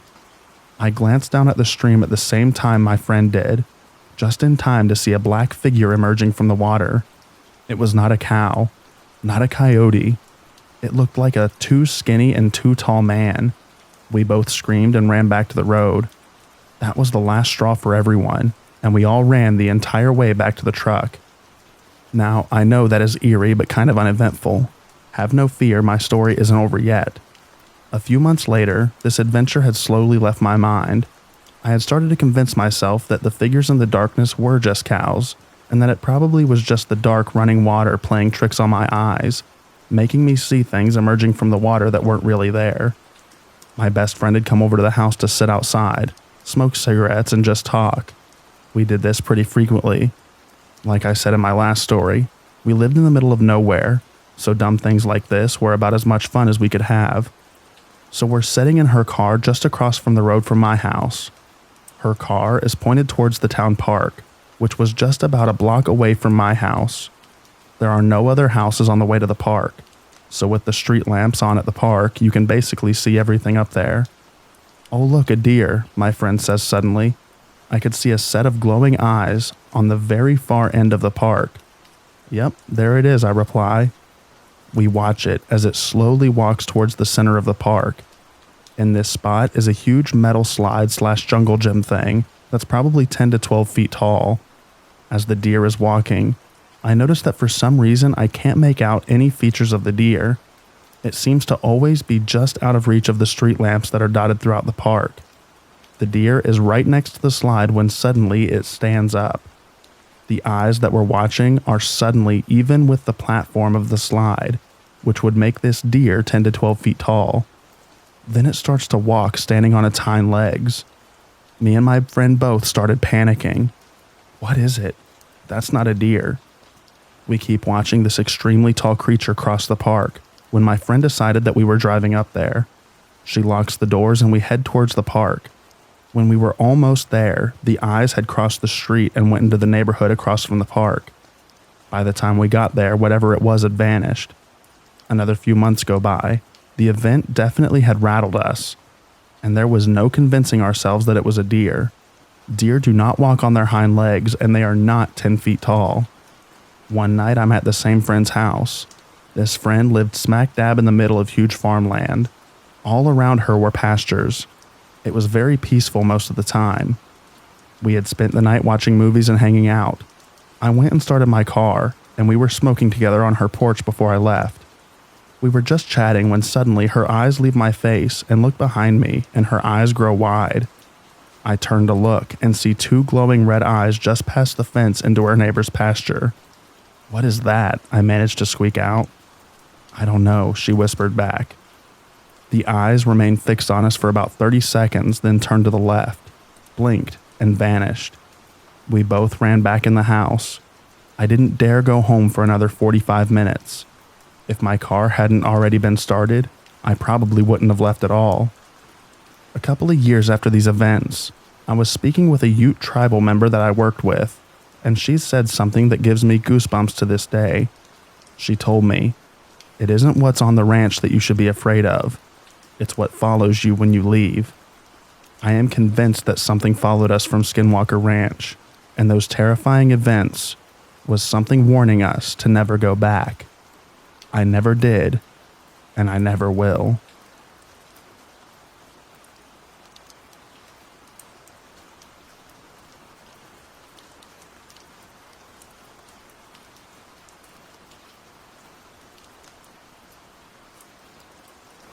I was tree planting near Smithers, British Columbia, about an hour and a half into the mountains on old dirt roads. I tried my best to just forget this incident even occurred, as I simply could not find a way to rationalize what happened. I don't care who believes me or not, by the way, but what happened is this. It was almost midnight and I was trying to sleep in my tent. My tent was near a bunch of standing dead trees that would creak when the wind picked up. A very loud and distinct sound. Now on this particular night, it was dead silent and still. I started to hear sticks cracking and steps being taken that slowly got closer over the course of about 15 minutes. I was loud enough that I was certain that there was a bear approaching my tent. It got so close that it had to be no further than 15 feet away from me. Cracking sticks and padding around the forest floor. I decided to yell out very loudly. Silence. I was answered with nothing but deafening silence. No sound of the creature fleeing or doing anything at all. I sat in silence, too scared to move, trying to rationalize to no conclusion. About 20 minutes of dead silence later, I heard the eeriest, unnatural, and unexplainable noise. It was the exact same timbre and volume, and just basically the same sound as the trees outside creaking. But instead of being a regular creak, it began, and then held the exact same note of creak for a full 5 seconds or even longer. It was like an unnatural drone that was obviously not a tree creaking. There was not a hint of wind or any other trees creaking as per usual. I got barely any sleep, and the next day was tough, and I just had to forget about it. I didn't ever make the connection that skinwalkers are known to imitate sounds like that until a few weeks ago. This happened in July of 2022. If anyone has had a similar experience, or has any ideas of what this could have been, I'd love to hear.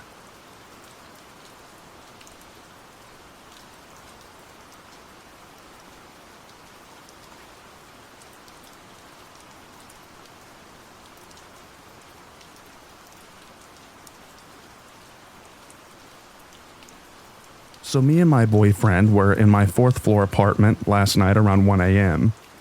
I don't live out in the wilderness, but my apartment is in the corner of the building, where one side faces toward a green belt directly outside, and one side faces towards a fairly busy street near my university. I was asleep, and my boyfriend was next to me playing on my PC, when he woke me up and said that he thought a cat had been hit by a car outside and was going to go check it out. I was half asleep and didn't really process what he said until about a minute after he left. So I called him and asked what made him think that there was a cat out there. He told me that he could hear it and to go out on my balcony, and I would be able to hear it too. I got up and walked into my living room, and already I heard awful screaming outside nearby the woods, without even having to step outside. It was like nothing I had ever heard before. I frequently hear coyotes howling/yipping, but this was nothing at all like that. Granted, I have never heard a dying animal before, but it didn't sound like a cat or anything familiar. I felt very uneasy and called my boyfriend and told him to come back. At this point, he had reached the area where the suspected animal likely was, in a small and shallow drainage ditch at the edge of the woods that goes under the street. He told me when he got back that he had leaned over the railing by the sidewalk, and suddenly, the screaming, coming from directly below, stopped and turned into some sort of loud purring sound. He also said that when he reached the spot, it was as if the sound changed location. However, it was too dark to see, and he was getting a bit spooked and uneasy himself and left. The whole experience had us both very unnerved. Was this likely an animal that was hit by a car?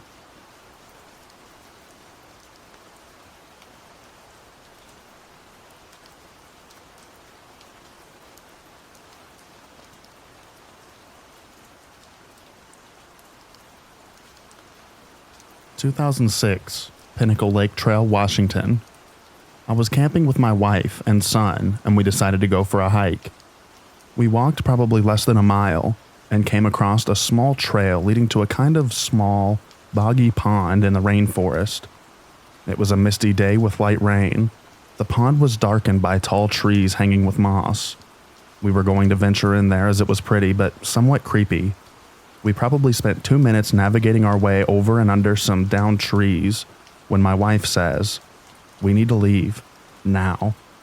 I asked what was up and she just felt really uneasy, like something bad was present there. I said, "Hun, if you feel that uneasy, then let's go." Her intuition has served her and us well in the past, so I was trusting her instinct. It didn't hurt to simply leave. We made our way back to camp and drove home the next morning. When we arrived home, we saw the local news story of 2 women killed just 2 miles up the trail, the day after we were hiking there. Could my wife had sensed a killer, or simply some other thing? If we had stayed, could we have died? The case is still unsolved.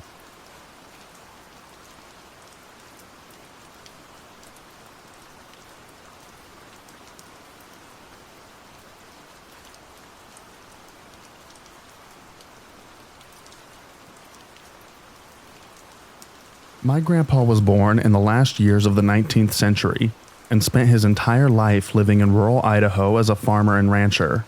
He had tons of old cowboy stories that he would tell us grandkids. Most of them were funny, some were cautionary, but a few were downright creepy.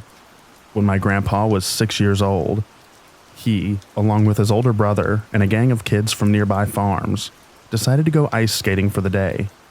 At the time, my great-grandpa was working as a ranch hand, and the family lived near Chesterfield, Idaho, now mostly a ghost town. It was a bright and sunny January day in 1902, and though the temperature was low, the sun kept things somewhat warm.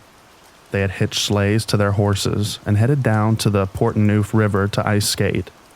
There were 8 kids altogether, and they were excited to show off their new skates from Christmas. Along with my grandpa and his brother, there were the 3 Robinson kids, Tommy Bayer and the Gooch twins. The best spot to skate was next door to the Gooch's ranch. The river there was broad and shallow, so the ice tended to be thicker, and if they did fall through, they would just get their legs wet. The kids spent a couple of hours skating when a loud scream came from a willow bush on the riverbank opposite them.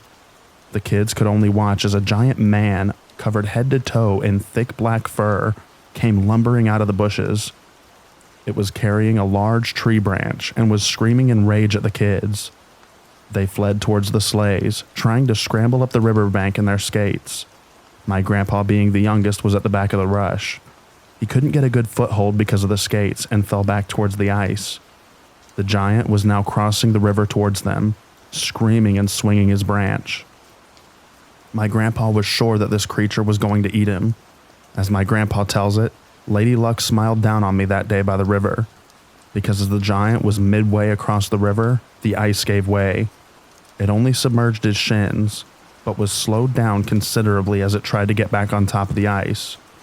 This gave my grandpa's brother enough time to jump down and cut the laces off of my grandpa's skates. They left the skates and dashed up the riverbank and jumped onto the sleigh. As they looked back, the giant man was cresting the riverbank. To their relief, it didn't chase the sleighs. It just stood there hollering at the kids and swinging his tree branch. The kids were able to make it back to the Gooch Ranch, where they told their encounter to John Gooch, the twins' grandfather.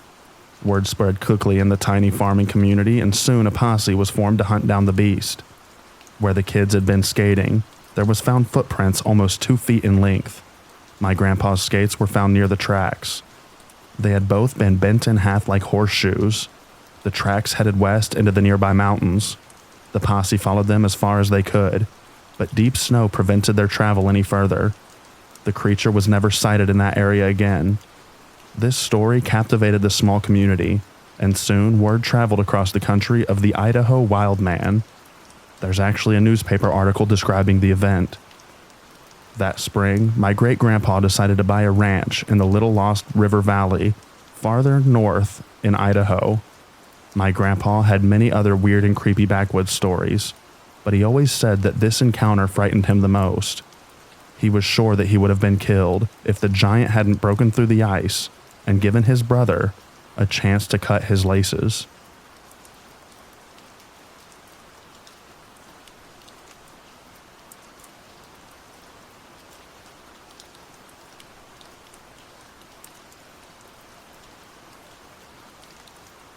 The Mystery of Portlock, Alaska.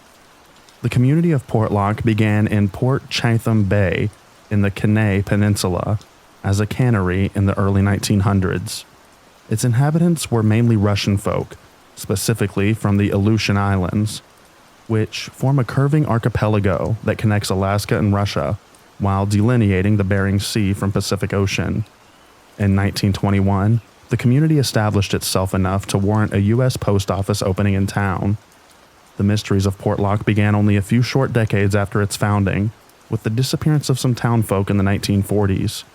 Sheep hunters had vanished from the hills surrounding the town, and reportedly their bodies would later be found in the lagoon and waterways, mutilated to a degree of brutality that no one thought a wild animal capable, or even desirous of doing. Mysterious prints from some unfamiliar and massive beast measuring 18 inches long were found by hunters tracking moose in the hills surrounding town. Apparently, when the hunters tracked this mysterious animal, they found no moose, but a massively bloody scene. Melania Kell told the story, according to her memory to the Homer Tribune. When she was only a baby, her family suddenly fled from their seaside home in Port Chatham, a community adjacent to Portlock, leaving their livelihood and all else behind. Her family was not alone. All of the residents of Portlock left their lives behind in terrible fear. According to her, Nantinak had been stalking the townsfolk, a local Sasquatch-like creature that is said to haunt the Kenai Peninsula. She believed her own godfather had been killed by this creature in 1931, when he was struck in the head in a manner that seemed beyond the strength of any human being. Despite being sighted in other regions of the Kenai Peninsula, the beast seemed to favor Portlock most of all, as whispers of a spirit preying on its people traveled throughout the settlements. Were one to write out all of these stories, they would sound very familiar to those of us even with the slightest interest in cryptids. Hunters mysteriously vanishing, glimpses of a hairy beast stalking in the shadow of trees, mysterious sounds that seem to belong to no known beast. But despite this similarity, the stories of the Nantinak have been told far longer than those of Bigfoot. Whatever it was that prowled the wilds around Portlock, It clearly struck a deep and abiding terror in these people. By the early 1950s, Portlock was all but entirely abandoned, marked by the closing of the post office in town. According to Brian Weed, co-founder of a group called Geno's Hidden History, before Portlock began its life as a cannery, it had been host to a small village many years before. It seems those inhabitants also abandoned their fishing camps, reporting that they were being bothered by some beast or spirit. Weed told KINY Radio that later, when the cannery was abandoned, those running it begged the inhabitants to stay, even employing armed guards to assuage their fears. But no amount of begging or precautions seemed to motivate the townspeople to stay. When it's put into perspective just how many people died during this time, this is no surprise. It's said that as many as 36 people went missing from the small village in only 20 years' time. Strangely, Portlock only appeared on the U.S. Census twice, once in 1940 and again in 1980, curiously reporting exactly 31 residents each time. This seemed like it could have been kind of a clerical error, but for some, it adds to the dark mystique of the town's history.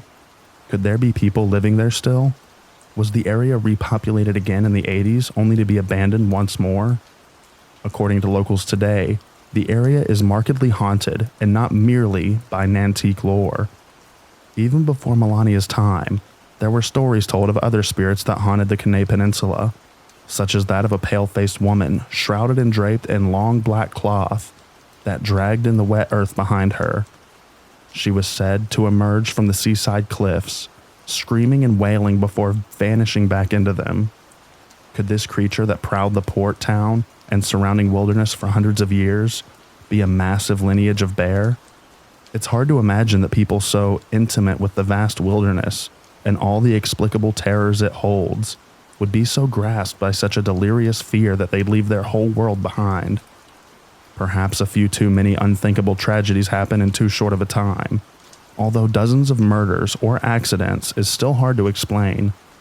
Maybe this really was an encounter with the self-same creature we call Bigfoot. If the census is correct, did people try to live in the area again, only to be scared off by the same beast? Portlock is now, by all accounts, a ghost town, home only to crumbling lumber, rusting cannery equipment, and other traces of a once vibrant community. To this day, it's not been settled again, despite its bounty of resources and breathtaking beauty.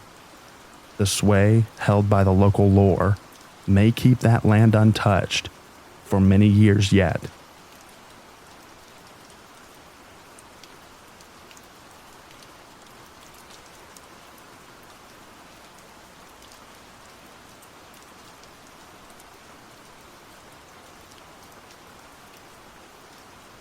(1994), the hills of Bella Vista, California, east of Redding, south of Lake Shasta.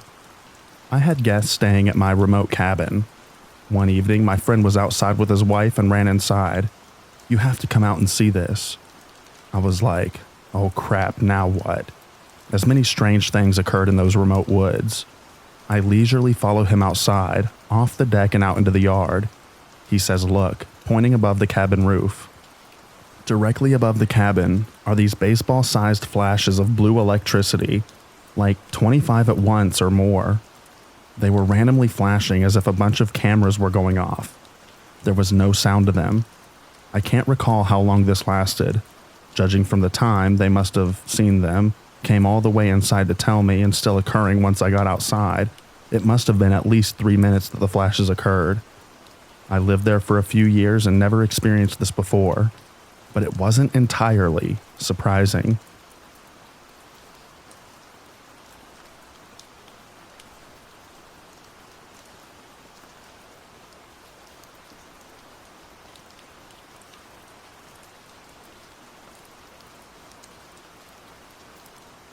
So last year, I went backpacking in the Central Sierras with a friend. We were about to set up camp in a spot just a few feet off trail. I ventured farther away from the trail on this rocky area to get a better view of the lake. If you looked close enough, there was a trail. Not on any map, but a clear trail nonetheless that looked like it led to the base of a peak, which is known for climbing.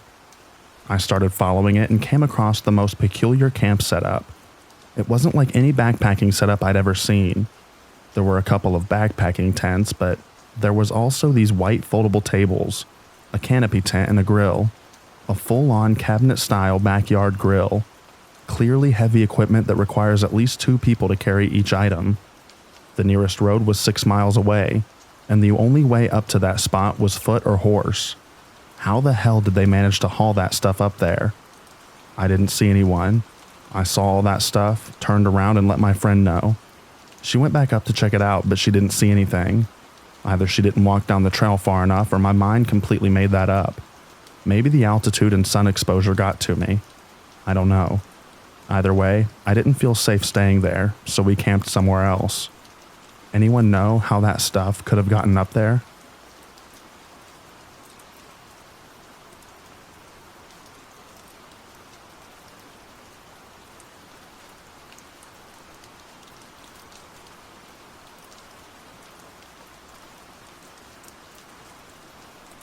My ex-husband and I left a beach town.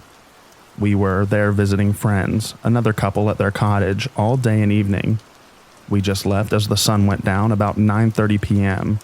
We took the highway there, but I hate highway driving, so my ex took the supposed scenic route home. He drove rural roads and we wound up at a stop sign, a T intersection. Turn left or right, no road ahead, only trees. Okay. He went right, knowing that we should be west towards our home. Minutes later, we were right back at the stop sign and T intersection. Odd. So my ex turned left, knowing it was the wrong direction, east. He did it anyway. And minutes later, we came to the same stop sign again. I'll add, no embellishments. The road that kept leading us to this stop sign was acres of corn on both sides. Also farmhouses with interior lights on. People home and awake. Anyway, the third time I could tell that he was a bit rattled but wouldn't share. He said, "I'm turning right, and you, me, watch for any road signs." I did, and he did too from the driver's side. Nothing, just tree lines. We ended up back at the same stop sign again. My ex said F this and hit reverse, peeled backwards on the gravel road halfway into a farm driveway and turned around. Then went back the way we'd came/entered the road. From there, we did get home. My ex will never admit the eeriness of that night. Our going on a semi-loop 3 times. Perhaps in the bright light of day, the roads would make sense. But this was the only time I've ever seen my ex frantic or panicked. Even as a skeptic, he knew something was off, continually arriving at the same stop sign. We were also older, in our 40s. I might not be explaining the circumstances well, but it's still the gospel truth. Also, I want to point out my ex had and has an uncanny knack for direction, better now with GPS, etc. He had it innately at this time and before. When he reversed and gunned it backwards, I knew he was afraid. He's a wonderful, kind person. He'll never talk about it though. Or anything weird. That night.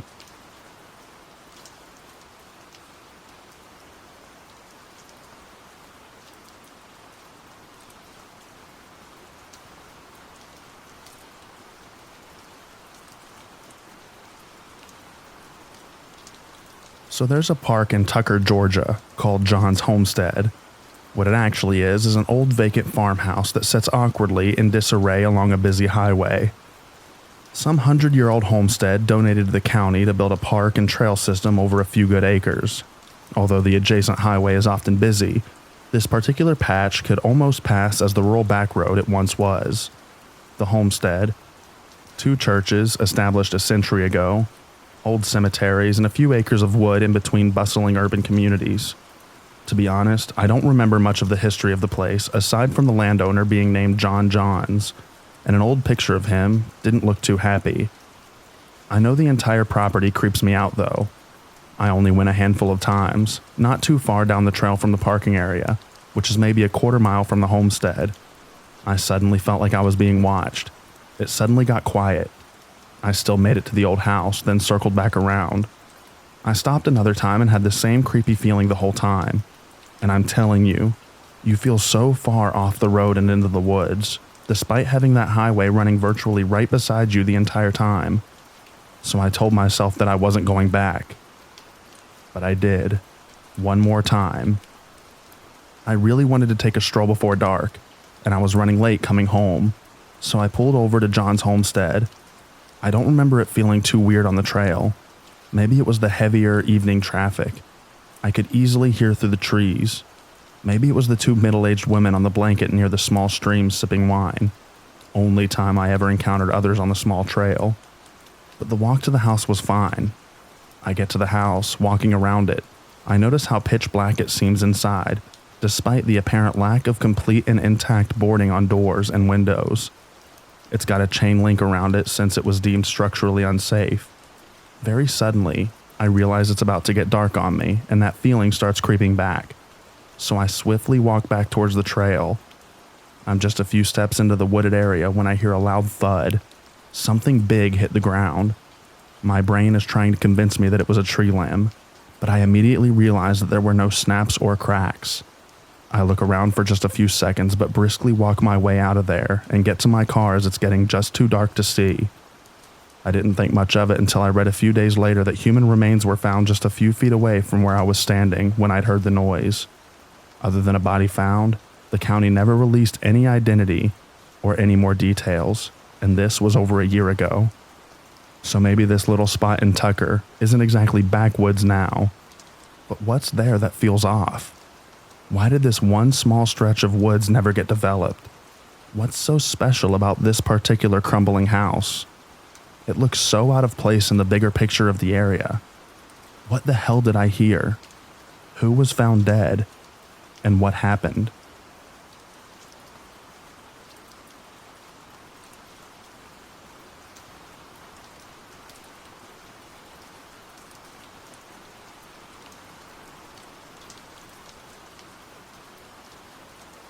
My brother is 2 years older than me, and we've probably spent tens of thousands of hours and then some in the woods together. Whether it was building forts/BMX tracks to LARPing and hunting, we've traveled across the US exploring caves, canyons, cliff diving, mountain climbing, camping, hunting white-tailed mule deer, wild boar, etc. Since 2016 when we get the time off. I feel like adding this is important because there's genuinely nothing I wouldn't do or fear when I have him by my side, but this time was different and we both felt it. We've had our fair share of adventures and stories to tell of all sorts, but this one has felt like a lingering stain on my memory. We were both mid-20s-ish, and it was 2019, and this was probably my 5th time hunting the area, and the first that I brought my brother along. It's a large forest area of public land that has a few country roads which are basically 2 tracks that stretch miles throughout the area. We make the trip up in my truck with our tents, 3 in total, 1 for each of us, and another to change in and keep our gear in. Without making this long-winded, we set up camp a couple miles back from the truck, which we drove for quite a few miles through the trails, basically middle of nowhere. Nearest main road is probably 8 to 10 miles away. We arrived late in the night, set up camp, and quickly fell asleep after the long trip. We spent the next day scouting/tracking, then made back to camp for the night. We cooked and then ate, had some beers and BS'd around. The night was still early, but we had a long day and decided to head off for the night. Everything up until this point was normal. I was suddenly awoke to something smacking my tent and hearing my brother's voice call my name. I knew something was off. I called back to him and he immediately unzipped my tent and made his way inside. I could tell that he was disturbed when I went to ask him what was wrong, and he immediately grabbed my shoulder and told me to shush. The sun wasn't up yet, so I think it was around 4:30 to 5-ish a.m. We sat in my tent, and what we heard still confuses me to this day. I can only explain it as whale sounds, different tones of extremely loud noise that I could feel throughout my body. It would come and go, but there would be only a few seconds of silence in between the sounds. It would vary from high-pitched squeals and everything in between to very low sounds that had literal ground-shaking reverb. I regrettably didn't think to grab my phone or record anything that was going on, because what I was hearing didn't seem real, and in the moment I was awestruck. The sound went on until daylight started to break. I believe it was about an hour, but I'm not really sure. Neither of us spoke, and at the time it felt like we could feel the energy around me, almost like my body was covered in white noise, if that makes any sense. It wasn't even minutes after the sound stopped that it started to rain, and one of the craziest thunderstorms while I was camping happened. The forecast didn't predict or account for any rain the days we were going to be there prior to making the trip. All the stakes for our tent, our gear was in, completely ripped out of the ground, and both of our tents had multiple stakes ripped out as well. Those things we drove into the ground with an axe and would make some insane force to unearth even a single one. My brother dismisses it and won't even talk about it, saying it was just machinery being dragged. But at the time, we both shared the same feeling of fear and dread. Just seems odd that it was still the middle of the night, and we were so far removed from any nearby communities/industry to hear and experience this occurrence.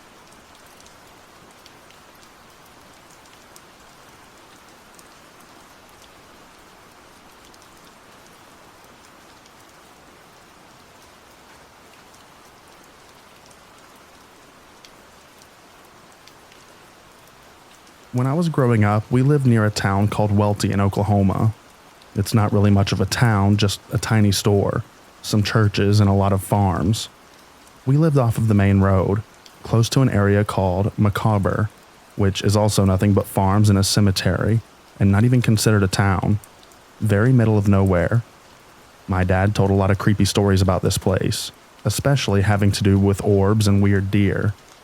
I do have memories of seeing floating orbs floating over the trees, and have no idea what those were, but I never personally saw anything else.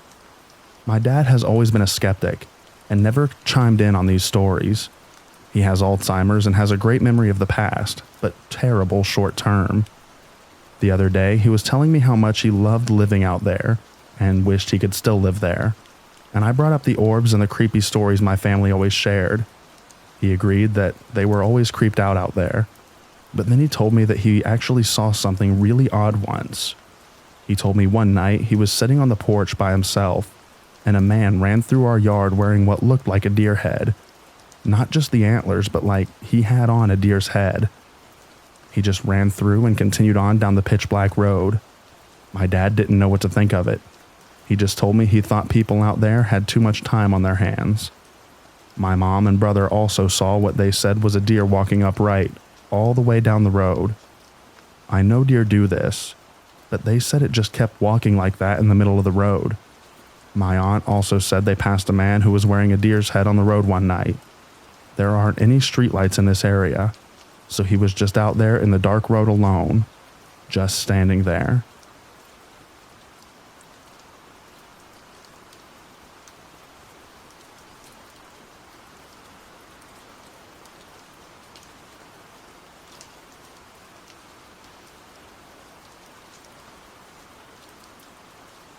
I'm a former, long-time airborne ranger, having served for many years in the 275 in Washington State.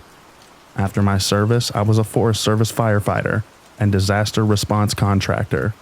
Suffice to say, I'm very experienced in outdoors, professionally trained.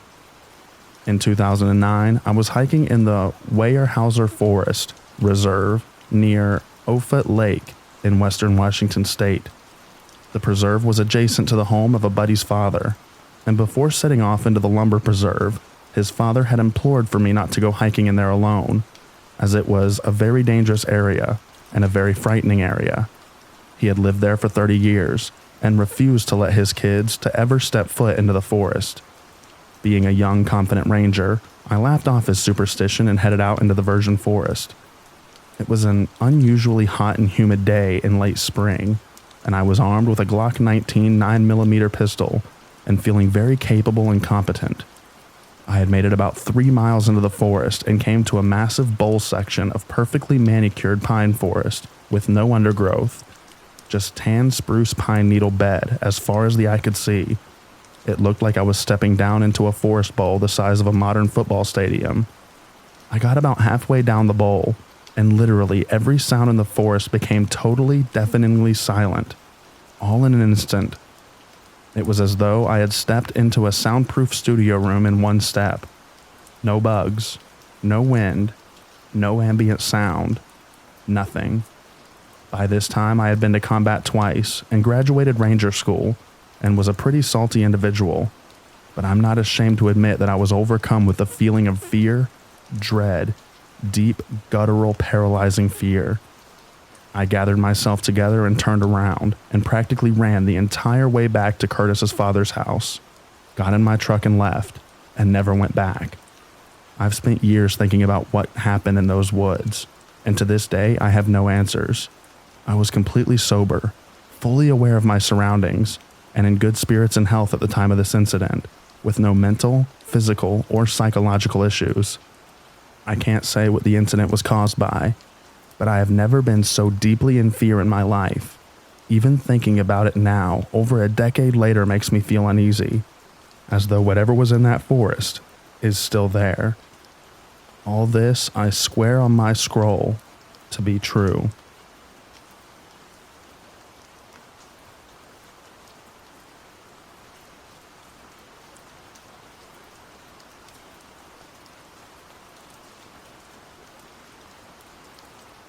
In the fall of 1998, I went to Somerset, Vermont, to go camping along the Somerset River.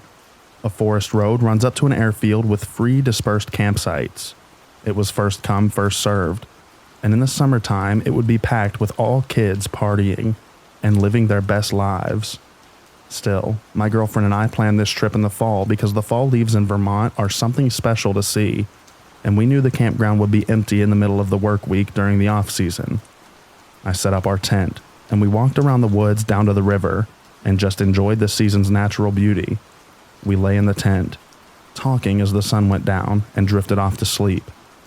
Sometime in the night, I woke up to two voices outside the tent. It sounded like two men whispering to each other, but it wasn't in English. I couldn't distinguish what they were saying, but I distinctly heard two male voices. Suddenly, there was a long, low whistle from off in the distance, and I heard one of the men make a click sound in acknowledgement. Everything was quiet after that. I waited until sunrise and went outside the tent and looked around. I didn't see anyone. My heart was pounding in my chest, and I was wide awake. I woke my girlfriend up and we left. I still wonder where those guys came from, and why they used whistling and clicking sounds to communicate. The Somerset campground is far off the beaten path, and I didn't hear or see any signs of a vehicle. Rural Vermont has a lot of strange legends and folklore. Years after this happened, I learned about the Bennington Triangle and the disappearances of people in the 1950s. I left the state and I joined the Army a few months later. I've only been back to Vermont a few times since then, but I never camped there again.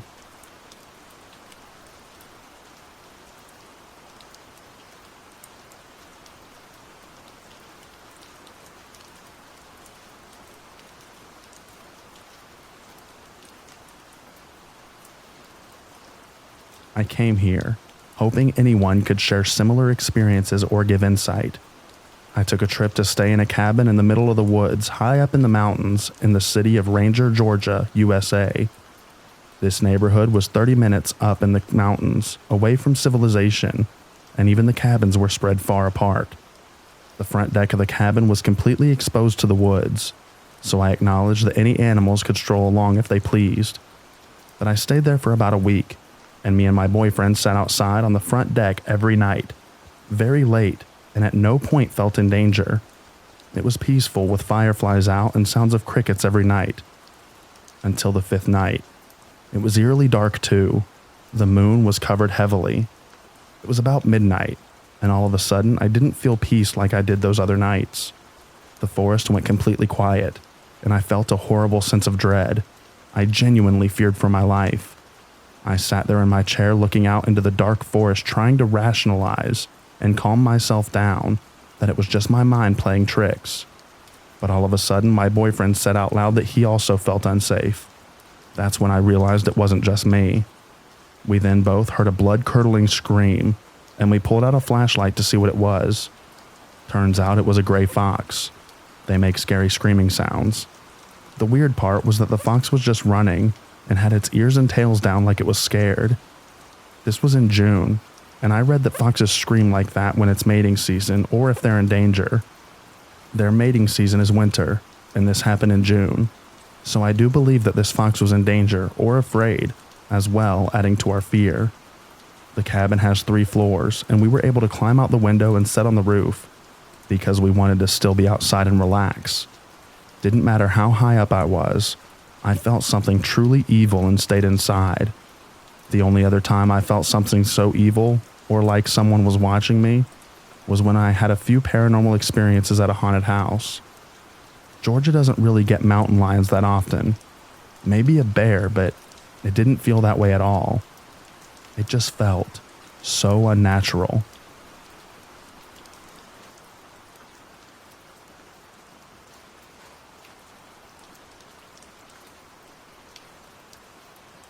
Thank you so much for listening to all of the stories in this video. I hope you enjoyed them, and I also hope that you enjoy the extra rain at the end. I hope you get a good night's sleep. I'll read to you in the next video. Good night, everybody.